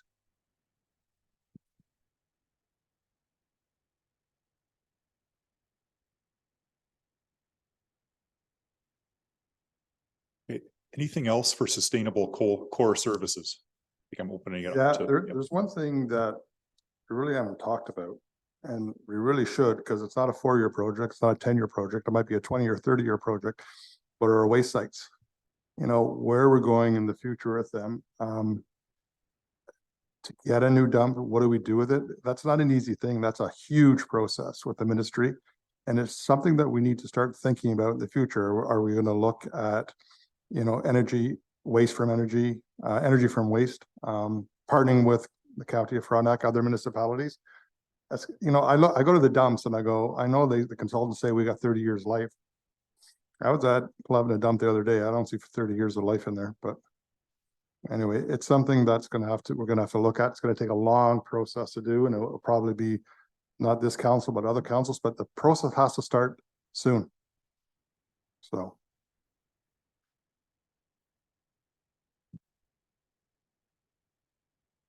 It's kind of along the same roads, or same line of thinking, but I'll use roads as an example. I think just define what our core services are. And a couple examples from roads.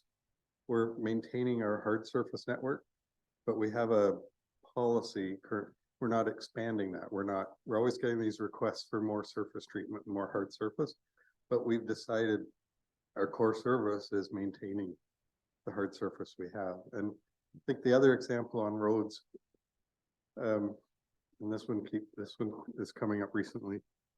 If you look at the TAC manual or different design standards, we have lots of substandard curves and vertical profiles and knolls, but again, we've decided we're maintaining the surface and we're not spending big money on those capital improvements. And I think some of that we could formalize this policy and a definition of core services, and that right now we're doing what we can afford and we're not taking on that extra work. But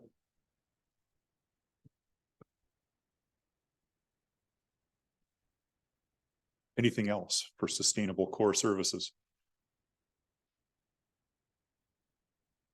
I guess I'll mention one thing that often gets put into a category like this would be staffing, like retention, recruitment, keeping people happy. Probably something you want to have somewhere.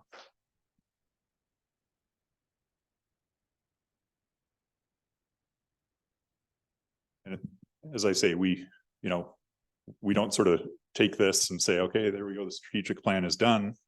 We will kind of take a look at it with staff and just make sure we've got everything covered.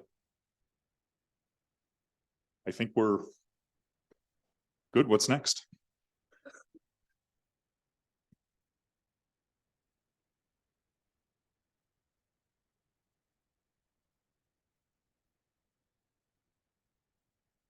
We're going to combine the next two exercises. First one is taking a look at the desired outcomes and targets of what you want. So with the same groups that we had before, you just write down, how do you know when you've been successful? What's the outcome we want to see? And if possible, can you measure it with a target? And it's not always possible. The best ones you can measure with a target, but not always. And this again is in your handout. It tells you, it's not just a target, but how are you going to measure it? Because there's different ways to get the statistics. How often are you going to report on it? Is it going to be quarterly, annually, monthly? And who's responsible for it? It's typically going to be one of the managers at council, but it's nice to say who it is.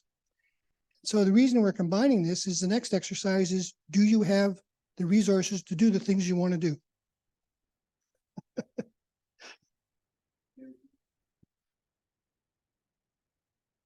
Well, you don't want to send your staff off on Mission Impossible. I looked around and I did not see Tom Cruise anywhere in the room.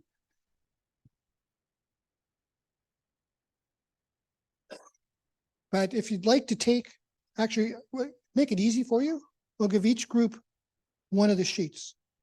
So first come, first serve as to which sheet you get, and you only have to do the outcomes and targets and the capacity for one of the pillars.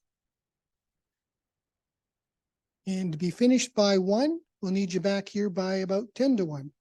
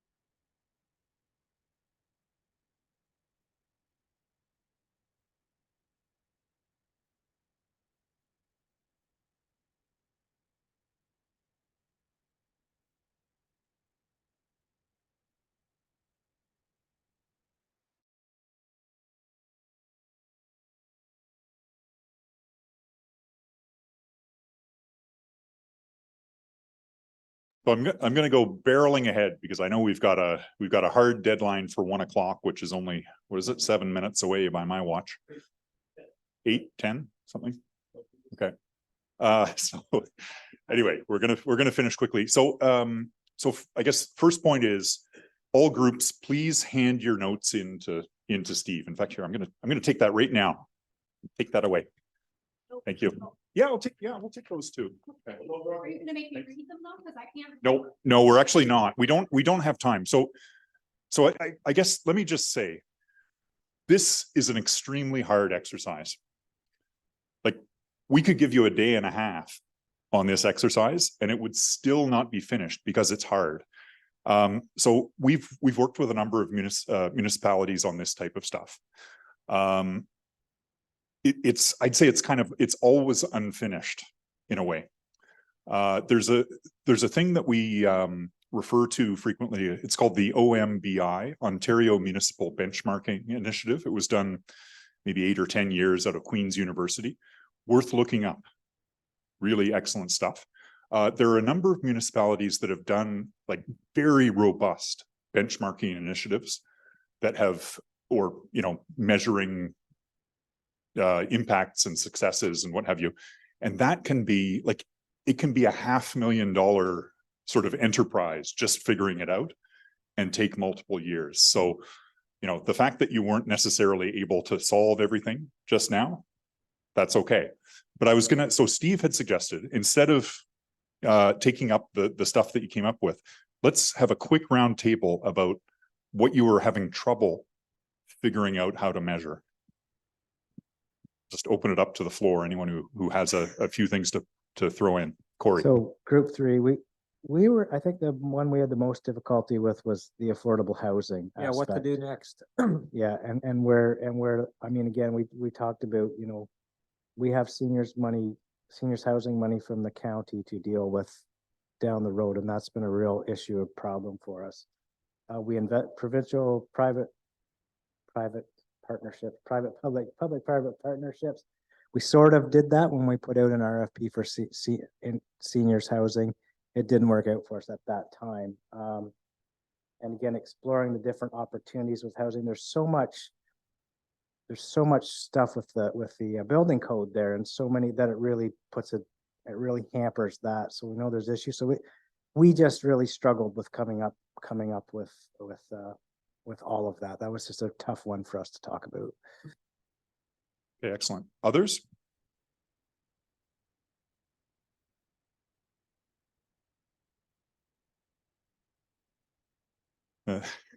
Okay, great. Affordable housing is a big one. It's so expensive. And there's promises of money and there's programs that don't tend to come down this far because we're too small. And, you know, there are potential options to partner with our neighboring townships, but if we do that, what's the impact on us?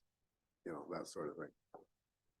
Yeah, the other thing we find is that some of the priorities that we identified earlier can sometimes be in a good way and a bad way, a little bit ambiguous. And when it comes down to measuring success, you have to be very specific. So that's something you have to kind of grapple with. And I think what we'll do is we'll take this away, we'll feed something back, and it can and should be kind of an ongoing process and part of the kind of annual reporting and operational planning process. Yeah, I was just gonna say, this really is a living document because the provincial government could change legislation that we might have to concentrate, and the strategic plan goes out the window and we have to do something completely different. And that does happen every 4 years when there's an election, right? So. Yes, it could. Hopefully it won't throw the whole strategic plan out the window, but maybe parts of it. Maybe parts of it. Absolutely. Okay, I think I'm going to say, let's crack on. What do we have next? Do you have the? Just a reminder, I didn't get the notes from Prosperous Community. I think that was group 1. Oh, you did? Okay. Told you I can't read. Okay. Yeah, I didn't write on all of them. Okay. Oh, so the next question was, and this is more for staff. Do you have the capacity to deliver on what's being promised here? So there's a lot of initiatives there. So I mean, it would be pretty hard for us to say we can do every single one of these initiatives in the next 4 years. I think it still has to be broken down some with some fairly clear priorities for us to be able to function with it. It's pretty Well- early in the game to say that right now, but Well, Corey, I also think some of these might not be done in 4 years. Like, Right, and That's my that- whole point from before, that this might take 8 years or 10 years for some of the initiatives, right? yeah, but we're kind of focusing on a 4-year plan here right now. So I mean, it would be beneficial if council kind of can focus on the 4 years, what they're prior for those 4 years. And then we, break that down a little bit, a little more decisive for us, I think would be helpful. Some of these issues may have to just drop off. It's that simple. Or we are prepared to, enhance the size of the staff. And even then, it's questionable, do we have that kind of dollars and what's the implementation cost? So we'll have to make some hard decisions once we see this in black and white. And I'd say a good place to start is year one. Right, the first budgeting exercise after the strategic plan has been finalized and approved, and coming up with the operational plan for that year. And then for future years, you can say, okay, what have we missed? And then add things in as appropriate and as can be afforded. Actually, I think even better, and Kelly and Corey can correct me, but as we're finalizing the strategic plan, you will likely be working on your budget for next year. So you should have a pretty good idea of what is achievable and what is unrealistic. Which is the segue into next steps. Over the next few weeks, Capital Park will work with the staff here to get this into a draft strategic plan. You saw 6 or 7 strategic plans at our first planning session, so you know roughly the format that it's going to come out in. And you still have a chance to amend, revise. I think we're on the right track. We seem to be in agreement on most of the things here. So a lot of it's going to just be wordsmithing and possibly the timing, that if you can't do everything in 4 or 5 years, what can you do? Because it might be you're going to do some of the preliminary planning as opposed to the construction. And I believe it's 1 o'clock. Thank you very much. So we have to finish the meeting. I have a motion for this part. Ready? Yep. Hey, folks, Moved by Deputy Mayor Engel, seconded by Councillor Fowler. Be resolved that council receives for information the presentation from Steve Licky and Tim Hoare, Capital Parks Consulting Incorporated, regarding the strategic plan, and thanks them for their time spent today. any comments? In favor? Motion's carried.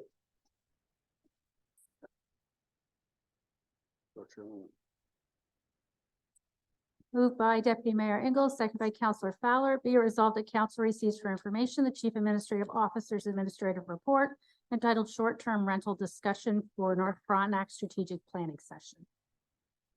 Any comments? In favor? That motion's carried. Public forum, do we have anybody online?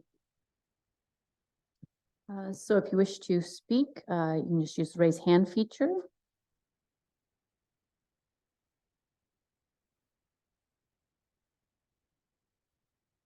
Seeing none. Thank you. Confirmatory bylaw. Moved by Councillor Hudel, second by Councillor Fowler. Be it resolved. Maybe, sorry, they must just, they did raise their hands, sorry. Okay. Go ahead. Go ahead. Hi, folks. This is Kathy Potts I'm the president of the Malcolm Lakes and Landowners Association. I just wanted to commend everybody for a great job of digging into a very difficult topic. And I will be reaching out to my Ward 2 folks with some comments. But yeah, you worked hard and you stayed on target. And the only thing I missed was the sandwiches. So thank you very much. We'll save you one, Kathy. We'll have it for you on Remembrance Day. Roger that. See you then, folks. Thank you. Confirmatory bylaw. Moved by Counselor Hudel, second by Counselor Fowler. Be it resolved that bylaw 7223 being a bylaw to confirm all actions and proceedings of council for its special meeting held October 27, 2023, be read a first, second, and third time and finally passed. Any comments? In favor? Motion's passed. Adjournment. Moved by Counselor Regent, I think. Wow. Fowler, okay. Moved by Counselor Fowler, second by Counselor Hudel. Be it resolved that council adjourns the meeting at 1:02 PM until November 3rd, 2023, or at the call of the chair. Comments? In favor? That motion is carried. Meeting is over. Thank you, one and all.